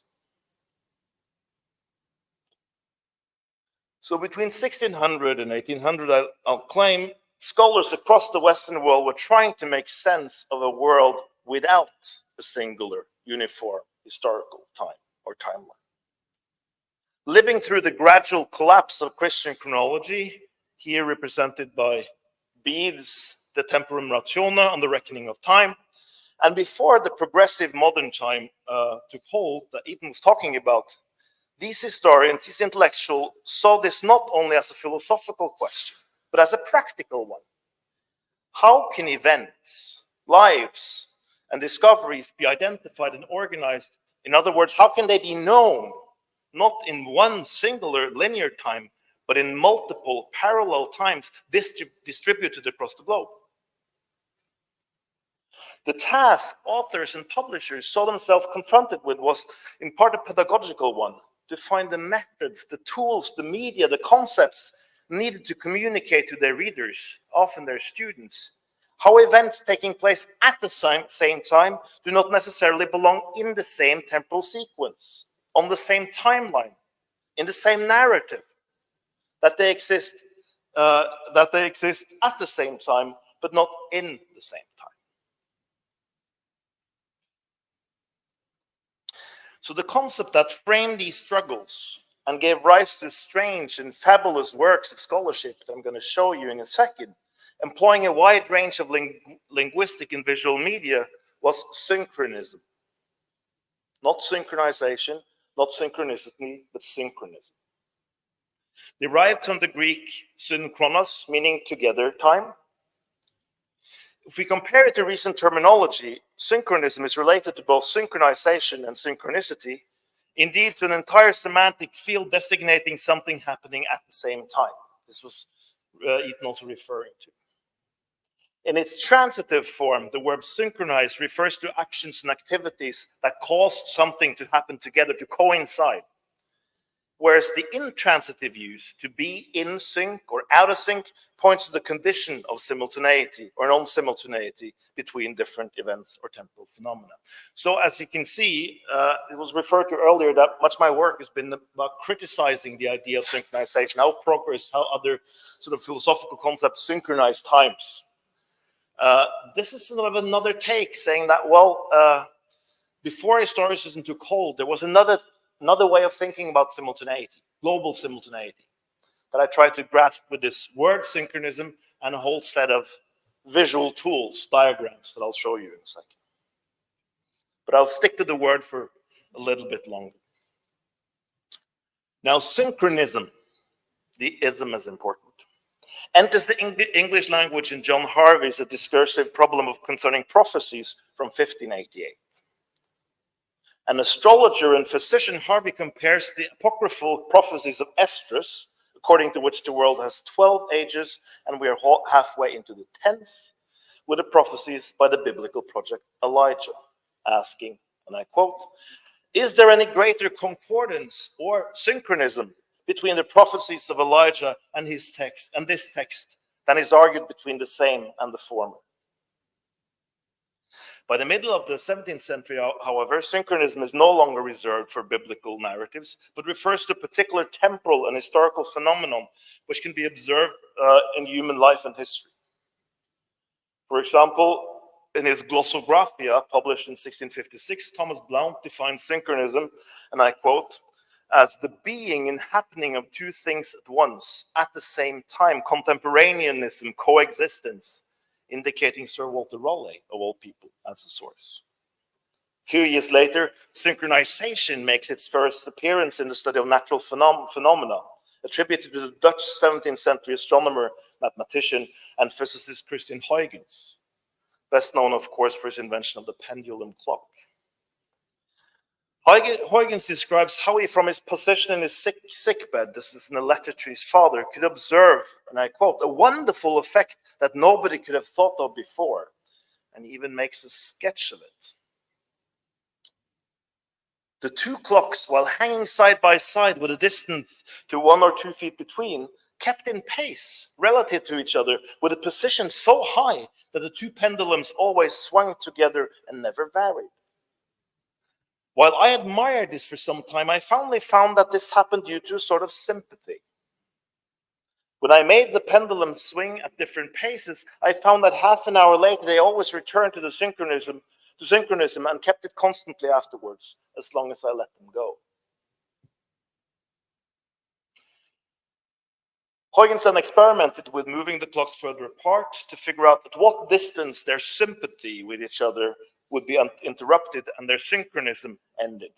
In this way, he arrived at the conclusion that the synchronization of the two clocks was caused by an imperceptible motion in the beam that connected the two of them, the wooden beam above. Even though Huygens' interest is primarily physical and mathematical, this figure of thought, the idea that time's unfolding at different places, separated in space, and the possibility of a sympathy between them, opens to other fields of knowledge as well. Historiography, then, especially. Less than a century later, the arrival and productivity of the concept of synchronism in historiographical discourse is documented in Johann Heinrich Ziedlers Großes Universallexikon aller Wissenschaften und Künste, one of the most ambitious and comprehensive encyclopedic projects of the 18th century, published between 1731 and 1754 in no less than 68 volumes. According to Ziedler, synchrony is a term used to designate, and I quote, those who live at the same time, whereas synchronism refers to, and I quote again, different epochs which are calculated to the same year.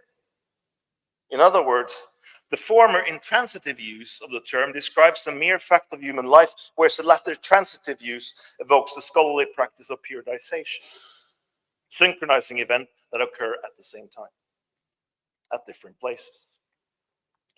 In Sila, then, the idiom of synchronicity and synchronization enters the language of historiography in order to describe not just a temporal and historical phenomenon, but the specific historiographical practice, that of periodization. In the retrospective definition attributed to the German author Gotthold Ephraim Lessing, published a century later in Grimm's Deutsches Wörterbuch, synchronism means, and I quote, both zeitliche Übereinstimmung, Gleichzeitigkeit, that is temporal alignment, simultaneity, and with the historiographical twist, die Zusammenstellung gleichzeitiger geschichtlicher Ereignisse, the collocation of historical events happening at the same time. So this is when I move from words to visuals, from linguistic to diagrammatic representation.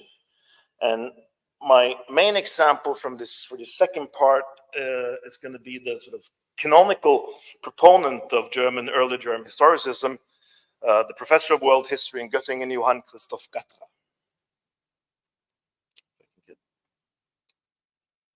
His face is not that important, but I'll just leave it up there so you can look at him for a second.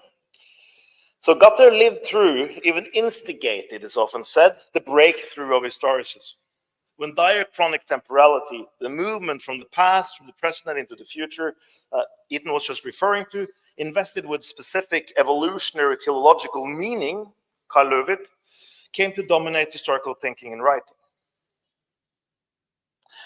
However, in his universal and world histories, Gatter was also practicing synchronism, keeping the dominance of national narratives, ethnic narratives, cultural narratives at bay by insisting on the temporal coincidence and parallelism across geographical and cultural borders.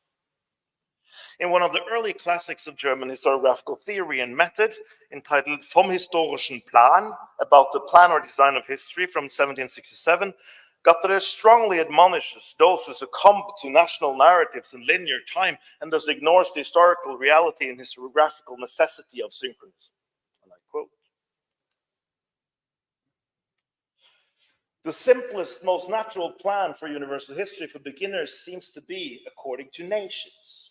That is organized in such a way that the histories of nations are told one after the other in succession, and in every one of these national histories, chronological order is respected. In this way, Pufendorf, Struve, and others have written their universal histories. One realizes quickly that several objections can be made against the plan for these works. Even though they tell the story of every nation in one whole, they're completely ignoring the rules of synchronicity, die Regeln der Gleichzeitigkeit. Sorry. With this remark, I seem also to attack myself in my own books about universal history. The rules of synchronicity, die Regeln des Gleichzeitigen, he adds, can only be obeyed by means of certain synchronistic tables. And he even mentions which ones. Die Schraderischen, die Köhlerischen, und die Bergerischen, the ones made by Schrader, the ones made by Köhler, and the ones made by Berger. And you're going to see all of them in a second. In his earlier works, Gatter continues, he thought it enough to obey the rules of synchronicity when he reminded his students that they should use synchronistic tables, the synchronistic tables he just mentioned. But now he's realized that none of them are really any good. Not even, he concluded, and I quote, the ones made by Berger, even though they're the best of the lot. But unfortunately, he writes, they're senselessly overloaded with narratives, very cumbersome and hard to use. Zur Unzeit mit Erzählungen beladen, sehr mühsam und von den wenigsten zu gebrauchen. Hence, he had to make his own. So I'll present you with Gatter's tables shortly, which are quite a sight to see, I promise. But first, I'll show you the ones that he did not want his students to use. These were the ones that they would be bringing to the lecture hall when Gatter started his career as a professor at the university in Göttingen. So you have to sort of imagine this. Gatter would stand at the lectern in front narrating the histories of the nations and peoples of the world, one at a time, whereas the students would sit at their desk with large folio editions of synchronistic tables in front. This is described in multiple diaries. At their desk in front of them, in order to follow some detail that happened, in following some detail, what happened other places in the world at the same time.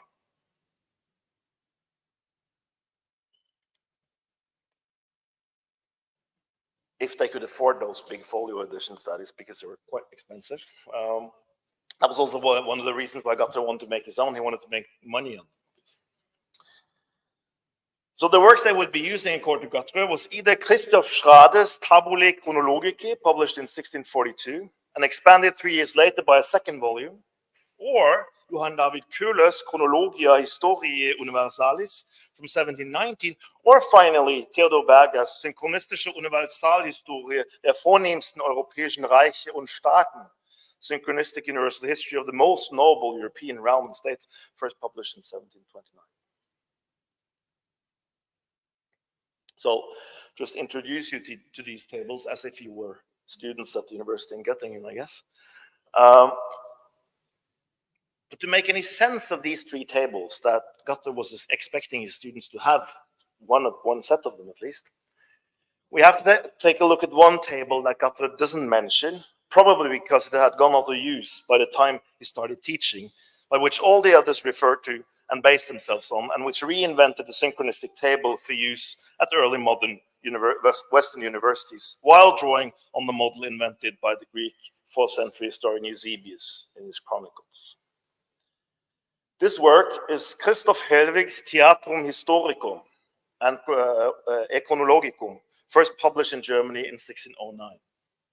From Germany, it made its way through Europe and became the by far most popular synchronistic table in the 17th century. Several English editions were published both in London and Oxford before it was eventually translated from Latin in 1687. So this is what it looks like. And this is what I need. So, and you can see this is as much about synchronizing chronologies at this point as synchronizing history. Right? So what you see here is the chronologies Anno Mundi, Julianic periods, etc.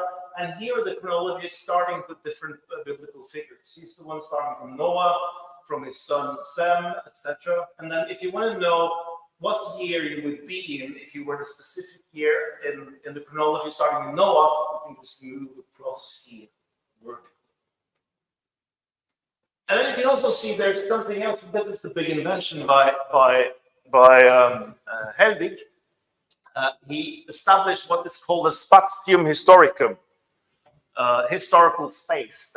That's these rectangles where you can put historical events and names. And here there are mainly two. It's biblical history and it's heathen history, and then it's some German kings in the middle. And you see the obvious thing that you can see here is that there's some stuff happening in biblical history, whereas in pagan history, there's nothing going on for centuries and centuries. And of course, because probably this book was still as much a dogmatic as a historiographical tool, right? It was trying to convince the readers that biblical history, Jewish history, Christian history started long before any other history took shape. So that's why there's so much empty space here in pagan history at this point. Now, if you move, this is page 6 and 7. If we move further into the book, you see there's more stuff happening. There are more names. There are more events here. And then, as you can see here, he has added the Egyptian king list, the Egyptian dynasties, which made the whole thing extremely controversial. But of course, that was the problem with Christian chronology, that after Scaliger, everybody knew that it was disproven by the Egyptian king list, the Egyptian dynasties. So Scaliger had found the sources that proved that the history of Egyptian kings started not only before the flood, but even before creation. So through this, Helwig became a very sort of controversial text. The important thing, however, for us is how he establishes a way to think about time. As Tony Grafton and Dan Rosenberg argue in the 2010 book Cartographies of Time, time looked like a table preferably one subdivided into squares by horizontal axis. So in early modern Western universities, this is what historical time looks like. And you see it's not linear at all, or at least it's multilinear in a specific sense. Furthermore, the codex itself was transformed into a time measuring device by which centuries are counted by the turning of pages, just like minutes are counted by the movement of clock hands. Now, between 1609 and 1687, several new revised and augmented editions of Helvig's Theatrum were published of increasing complexity. The more historical facts were assembled in the table, or rather were turned into facts by means of the table, because that was also an effect. If you put it into the table, it was a historical fact. The larger the risk was that these facts, events, people, genealogies, battle, the rise and falls of kingdoms could no longer be contained within the same tabular format. That is, the table would collapse or explode, that past, present, and future would emerge, and with them traditions, narratives, and chronologies which took a different course, branched away from history of divine providence. At the same time, due to information brought back by explorers and merchants, new peoples and new nations kept appearing at the outskirts of the tables, as they did at the outskirts of the world, who were even less likely to follow the same pattern of time, the same rhythms of Western Christian culture, and who even had chronologies of their own, very different from the Gregorian calendar.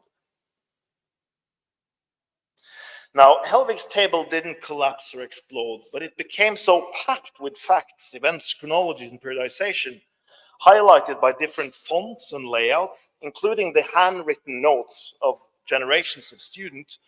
So in the end, it became unusable and readable, just a chaos. So in a sense, you could say that it collapsed.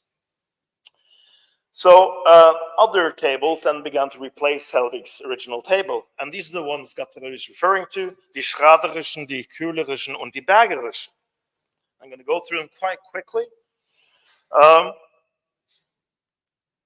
So already in the 1640s, Helvig's Theatrum was dethroned by the most widely used synchronistic tables at pedagogical institutions in the century by Christoph Schrader, Tabula Chronologicae. The tables composed by the professor of rhetoric and the librarian at the University of Helmstedt appeared in 24 editions. They were printed and reprinted endlessly, these tables. The last one in 1765. The first one in 1640, the last one in 1765. It's a long time. Compared to Helvig's Theatrum, Schrader's tables represent a significant simplification. At the beginning of the work, as you can see, there are only two columns. There's one for biblical history and one for political history, basically. In latter parts of the work, more tables, more columns are added containing different national histories, as well as the lives of famous men, viri illustri. Schrader also includes a column for varium, in which facts and events which do not belong in other columns are placed. I'm deeply fascinated by this, obviously. However, the number of columns never exceeds 7, which was much, much less than what they had in Helvig.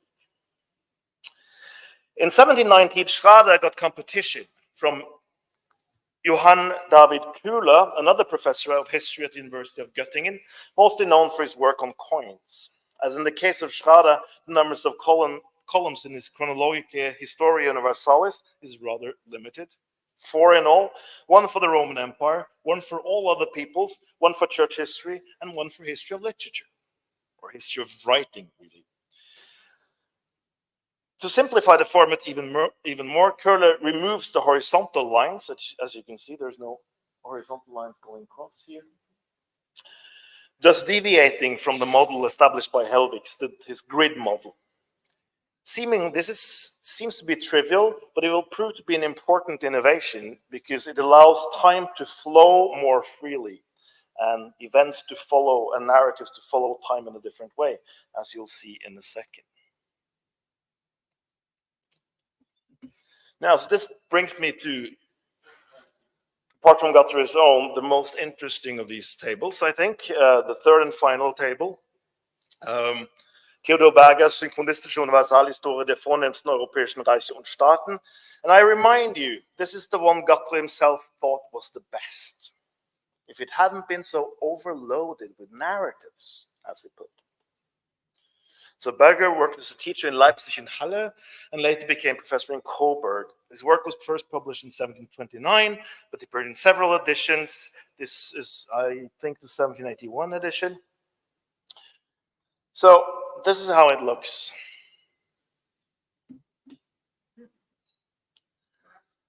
So you can see it differs from the others in several ways. So some of them are quite obvious, some are more interesting. It contains only European nations and states. There's no separate column for sacred history, and the events that are listed are mostly political. Most striking, as you can see, however, is the way the table, exactly as Guthrie put it, is overloaded by narratives, with Erzählungen beladen. Where the other tables had carefully selected names and events, this one has complete sentences and paragraphs, which can be read continuously. You can read this. This is a story. This is a narrative. It just moves within the column. As you can see, the columns are intact, but they're completely packed with words, forming complete continuous narratives.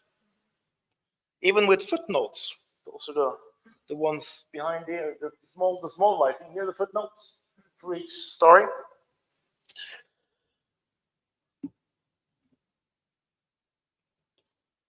In the same columns. So the footnotes are in the same columns as a story, as if it wasn't a table at all, but a history book. As a consequence of this, however, the vertical diachronic perspective becomes all dominant, to the extent that the synchronic horizontal perspectives are completely eclipsed. This table, as you can see, cannot be read horizontally, synchronically, and thus can no longer be understood as a representation of synchronic time, of multiple times. Synchronism has completely given way to diachronic nation and culture-based time. Each element of history, in this case each nation, unfolds its own historical time, its own temporal structure and narrative temporality, which challenges and eventually eclipses the idea of synchronism, and hence the idea of the world and world history as a place of simultaneities. So in Berger's table, I would claim we can see with our own eyes how synchronism ends and historicism takes over. This happens here in this table, would be my claim. Now, Guthrie, and this is where I'm going to end, is opposed to this. He's not the fan of these narratives that keep sort of creeping into the tables and destroying the logic. So to fight this historicist takeover in the shape of an overburdening of the synchronistic table with diachronic narratives, and to reinvent the practice of synchronism, Guthrie had to produce another kind of table, in which times and events are freed from the logic of the narrative, to demonstrate to his students how multiple histories are unfolding at the same time and are shot through by synchronicities. And this is the last thing I'm going to talk about. So in 1772, Guthrie published his most comprehensive work in universal history, his 1,300 pages long Einleitung in die Synchronistische Universalgeschichte, Introduction to Synchronistic Universal History. As you can see, the term synchronistic is present already in the title. Even more interesting, however, is a subtitle, which in German reads, Zur Erläuterung seiner synchronistischen Tabellen, in explanation of, or as commentary to, his synchronistic tables. So then, in his subtitle, Guthrie refers to another work, obviously well known to his readers, since he can refer to it in that way in the title, published for the first time 7 years earlier in 1765. This is the second edition, 1769. This book has not 1,300, but 12 pages, and it contains 6 tables, and it's called Synopsis Historia Universalis, Sex Tabulis. There's no written text, and the tables, or at least most of them, look like this.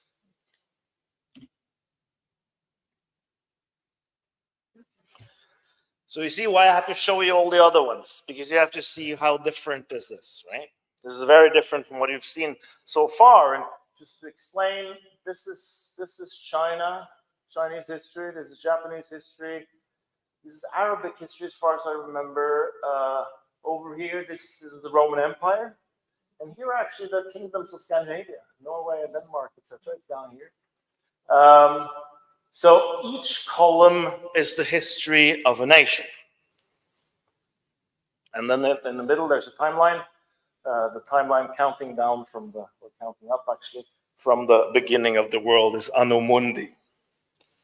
And in each of these weird spots, this is another version of the spots in the historical space, but it's very different, right? There's only a few handwritten names. These are mostly rulers. So you'll find the birth of Abraham, you'll find Alexander the Great, you will find the beginning of the Diary dynasty, etc., etc.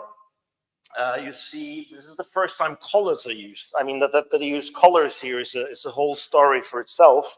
And you see also that the color palette is the colored palette of the map.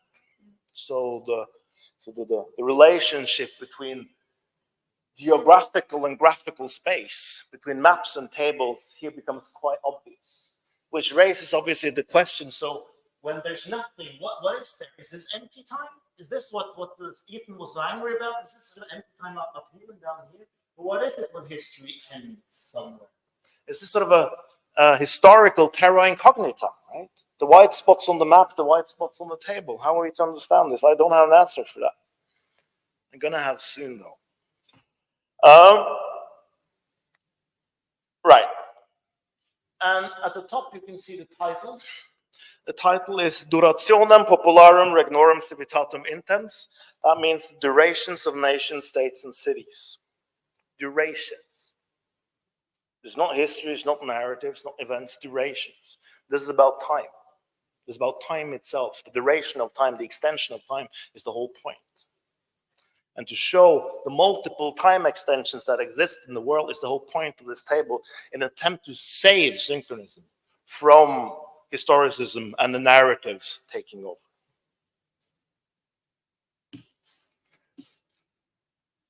To us, it might seem rather astonishing that Guthrie actually considers these 6 tables his most important contribution to universal history.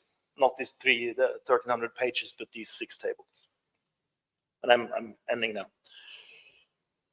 The 1,300 pages is just an explanation, a dictata.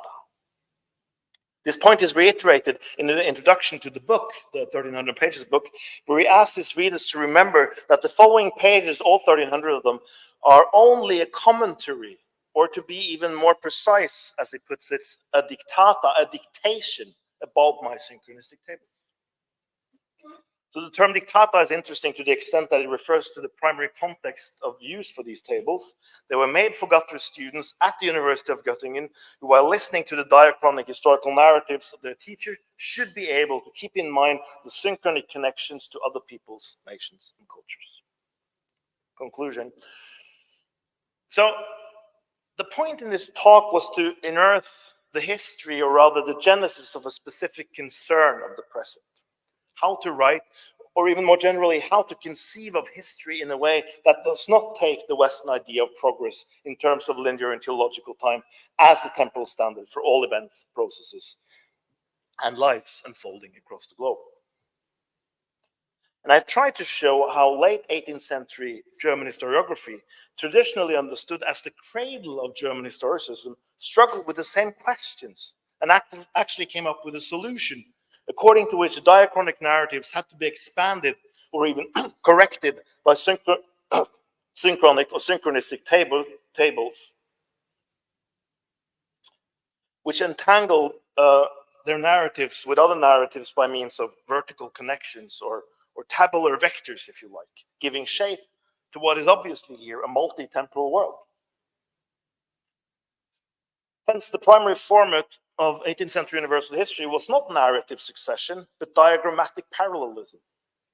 What this amounts to is a gesture towards a road not taken in the history of historiography, eclipsed by the overwhelming force of concepts like progress and civilization and narrative, as you saw in Berger's table, as well as the global impact of Western imperialism.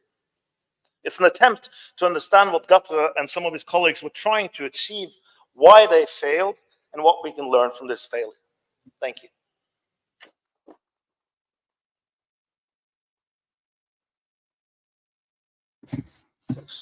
Well, thank you very much, Helge, for this beautiful stuff you showed us. I think this representation of time is amazing and really astonished. I would have many questions to do, but I don't think we have time now, so I won't. But just put some hints of suggestion, reformation, counter-reformation, this kind of representation. And right now, the horror vacui you showed us in some models, the beginning of universal history tradition, so 15th, 16th century, how do they represent time? And then I think we can see a similarity between this kind of representation and the digital representation of time we have right now. So I think we have also to match this stuff all together. Thank you.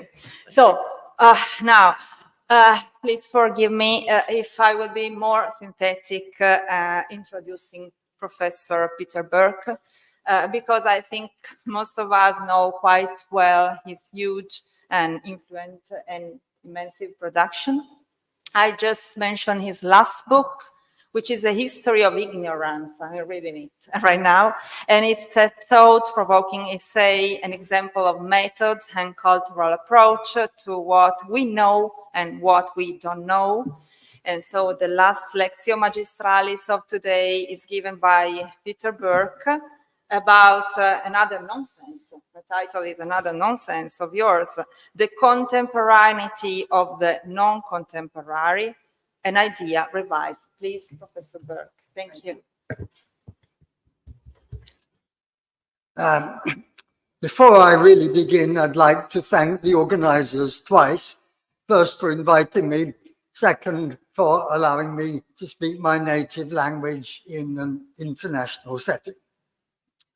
Now, anachronism is generally considered a mortal sin for historians, though I do think a case can be made on occasion for what I'd call strategic anachronism. But that isn't my subject now. Like other people at this conference, I'm concerned with the idea that nations, regions, social classes, or generations are out of phase, that some live in a traditional fashion while other people are modern. For example, in the course of the transplantation of European ideas to Latin America in the 19th and 20th centuries, it was sometimes claimed that the two continents lived in different epochs. Europe, especially Paris and London, represented the future, and its fashions were imitated whether or not they were appropriate in the tropics. And conversely, Latin America was perceived not only by Europeans, but by some Latin Americans themselves as backward, underdeveloped, and even as feudal in what the Puerto Rican sociologist Ramon Grossfogel calls feudal mania. In what follows, I'd like to explore this idea, the idea of the contemporaneity of the non-contemporary or simultaneity of the non-simultaneous.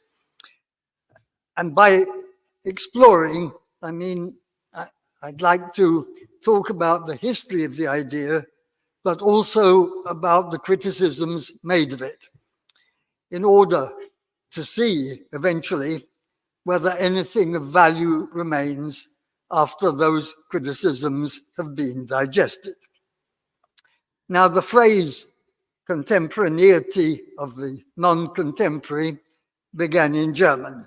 It's become associated, as we've already heard, with that great historian Reinhard Koselleck and his theory of the coexistence at any moment of what he called different layers of time, Zeitschichten, a vivid image borrowed from archaeology or geology.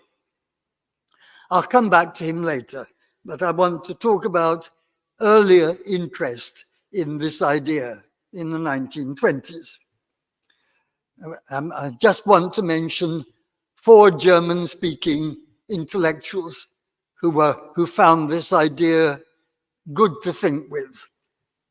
In the first place, the right-wing art historian Wilhelm Pinder, who was fascinated by the fact that when the Renaissance arrived, the Middle Ages were still there. That is, there was a period of coexistence in the arts, coexistence between Gothic and Renaissance.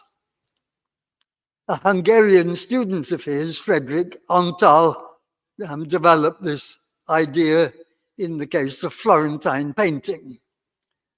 One of Antal's friends was Karl Mannheim, philosopher and sociologist. He focused on what he called the problem of generations.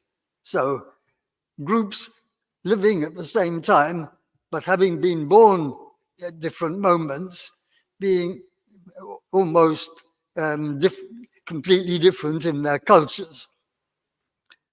And finally, the fourth member of the quartet, the philosopher Ernst Bloch, who wrote in his usual vivid fashion, I quote, "Not all people exist in the same now, or if they do, it's only externally, since they carry an earlier element with them."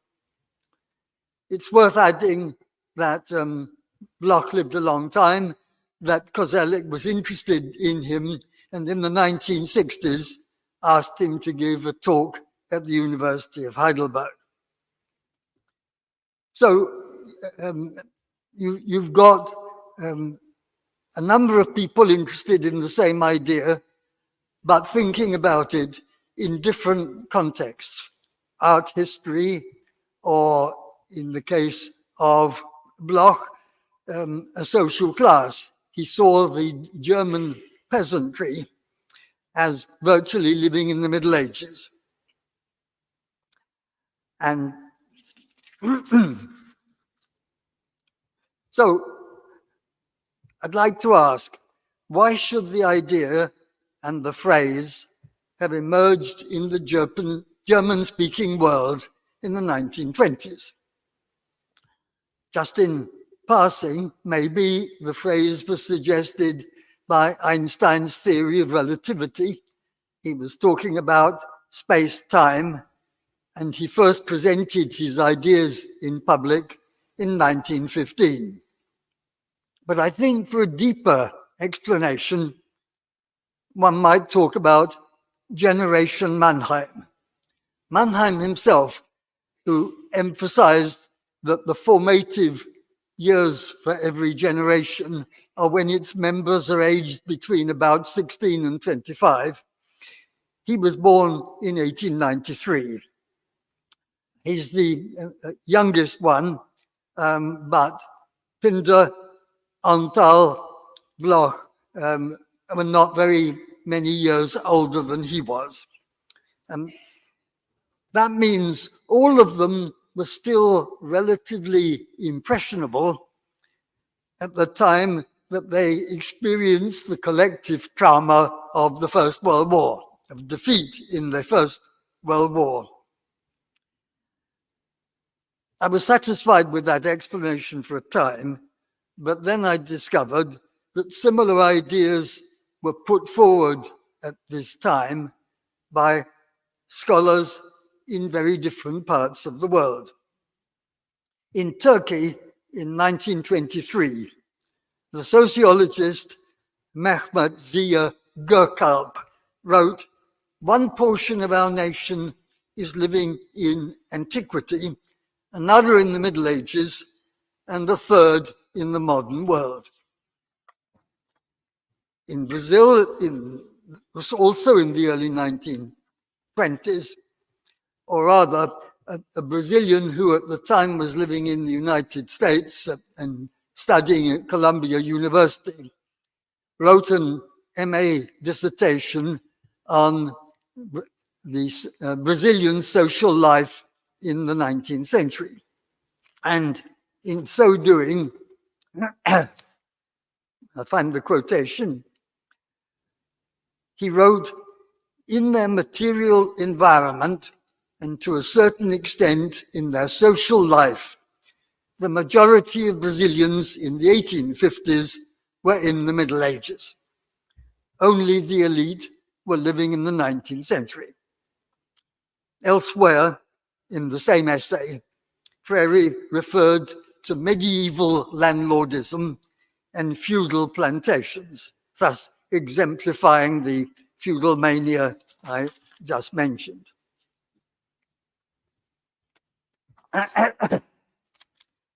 And then in Brazil in the 30s, a Marxist army officer who turned historian, Nelson Werdeck Sodré, described his country as a cultural mosaic or an archipelago that included the coexistence of different periods of time. And he coined a nice word, or rather adopted the term heterochronia, which he borrowed from the 19th century biologist Ernst Haeckel. And now, in any case, it's often, though not always the case, that awareness of a given phenomenon precedes the invention of a theory about it, or even a label for it. And many travelers who have visited countries that happen to be very different in customs from their own have often viewed them as survivals from an earlier period of time. It was in 1772 that August Schloetzer, fresh from a long visit to Russia, wrote on different parts of the same country as living in different ages. I think his former employer, Catherine the Great, would have agreed, like her predecessor, Peter the Great, who had no theory of underdevelopment, but passionately wanted Russia to catch up with the West. Another example, in 1814, in his novel Waverley, set 60 years earlier, Walter Scott presented two parts of Scotland as living in different time zones.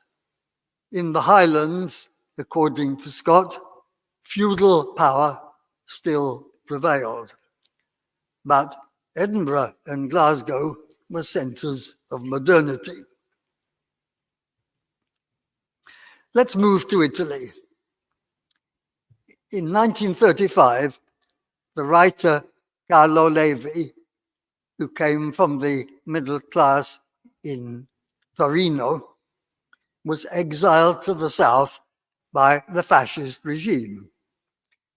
He wrote a famous book about his experiences, Christus si è fermato a Eboli, Christ stopped at Eboli, describing the inhabitants of his village in Lucania as if they came from a totally different epoch. And a rather similar view was put into circulation later by the famous anthropologist Ernesto De Martino, who did his fieldwork once again in Lucania, leading to another classic study, La Terra di Rimorso, in which he described the South as a world of magic, very different from modern Italy. Let me turn now from nations and regions to generations. They too may be viewed as cultural strata. The Each generation has different tastes in music, in clothing, and also less visibly in what we might call mental clothing, mentalities. Of course, the younger generation are very well aware of this, of being different or wanting to be as different as possible from their fathers and mothers. But the old are aware of this as well. As a member of an older generation, not only a survivor but a survival, I'm increasingly aware of these differences. Historians like to say that the past is a foreign country. I have to confess that I come to see the present as becoming a more and more foreign country. They do things differently here. So that's the basic idea as expressed in different places, mainly in the course of the 20th century. It's time to think about criticisms. Is this view of the other, it's usually a view of the other, a useful tool of social analysis? Or is it a bourgeois prejudice, which would be rather ironic since both Ernst Bloch and Friedrich Antal were Marxists? Let's return to Italy. Not many years ago, the anthropologist Amalia Signorelli, who was trained in the circle of De Martino, criticized this idea of the two epochs, pointing out that the so-called world of magic in the south of Italy already in the 19th century included modern elements such as police stations, post offices, schools, and later compulsory military service. And at a more general level, the most systematic criticism I know of the idea of the coexistence of different epochs comes from a German anthropologist, Johannes Fabian, in a study now 40 years old called Time and the Other. Fabian's well read in philosophy. At one point in his book, he does engage with the ideas of Ernst Bloch. But the point of the book is a swinging critique of cultural anthropology in his own day. Fabian attacks what he calls allochronism. In other words, the denial of the coeval. And like some of his colleagues in specific studies, he notes how many times anthropologists have airbrushed modernity out of their ethnographies, along with imperialism, capitalism, and Christianity. And you read Malinowski on the Trobriand Islands, you wouldn't think that there were missionaries there or police. He writes as if it is a totally self-contained, and he would say, a primitive community. And I think Fabian's argument about the practice of anthropology 40 years ago, not so much now, is persuasive. So I want to think aloud about its implications. Has he destroyed the idea of the contemporaneity of the non-contemporary? Or can this idea be reformulated in such a way as to meet the criticisms? Now,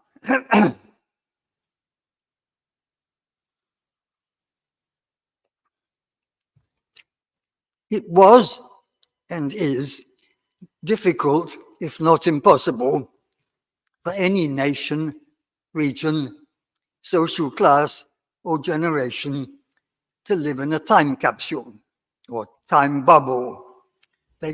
or to vary the metaphor, it can't insulate itself completely from modernity or postmodernity.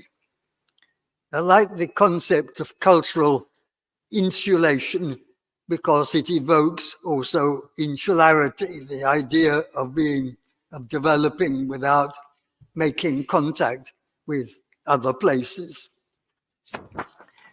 But if we use the metaphor, we should think in terms of different degrees of insulation, that is, more or less permeable time frontiers in different sections of the everyday. Let's take a concrete example, Japan after the year 1868, known by Japanese as the age of the Meiji Restoration, and which was a rapid response to the threat posed by the West when American ships arrive and park themselves in the harbor of Yokohama. So the new regime, which incidentally claimed to be going back to the time of when the emperors had real power, they attempted to modernize Japan in a hurry, imitating, or shall I say, transplanting certain institutions from Western countries. They imported parliaments, police forces, universities, and codes of law, essentially, I think, as a form of self-defense against the West. Now, in the cities in the late 19th century, the middle class, or maybe I should say middle class males, lived what has been described as a double life: Western in public, traditional in private. Workers in modern offices, described by the Japanese as salarymen, that is, men with salaries, not wages, they wore suits in the Western style. But after work, they went home to a traditional house, and the first thing that they would do would be to change into a kimono. Private life was in this way insulated from public modernization. But as you might have guessed, this situation was necessarily unstable. Over the years, traditional Japanese houses added a room in Western style.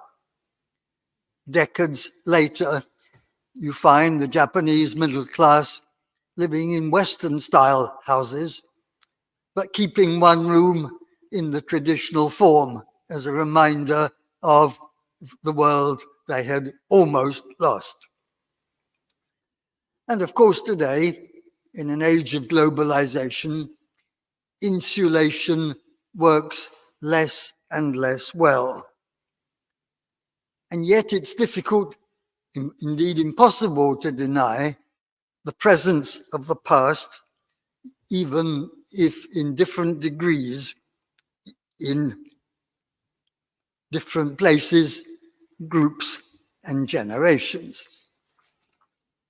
The point is that the coexistence of different times in the same space necessarily leads to interaction between them, or what the Argentinian anthropologist Nestor Canclini, studying in Mexico, where he lives now, has called the intersection of different temporalities. Whether this sense of intersection and interaction constitutes a new vision of time, or whether it simply offers a more complex, a more nuanced version of the idea of contemporaneity, of the non-contemporaneous, it's surely a phenomenon that historians and other scholars need to recognize. But now, returning to Koselleck, one might say that if we add these qualifications, then his idea of different layers of time in a given period should become, and indeed appears to be becoming, one of the Grundbegriffe or key concepts of historical analysis. Thank you.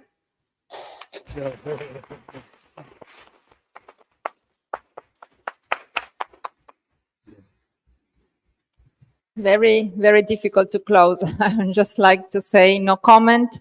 I just had a concept. We are working with some philosophers, the concept of transgenerationality, who can work to fill these gaps between time and space all together. But okay, you put out some such important question that we have 2 days enough to speak about his conference. I just remind you that tomorrow morning we have to synchronize everybody of us at 8:30 in the morning. Be careful, we have to be on time. And now I call my colleague and friend Luigi at the table for the final salutes, right? Yes, you must. Yes, you must come. Yes, of course. We have to thank also Alexandra and Hans. They stayed with us, and many people who attended the conference by remote. So we thank them very much for staying with us. We spent here a beautiful time and in a beautiful atmosphere, not only because this room is really wonderful, but because we felt that we are very, very much interested into this conference. So for everyone, it's possible to follow it again tomorrow on remote mode if they want, if you want. And we are meeting all together tomorrow morning. Thank you very much. Yes.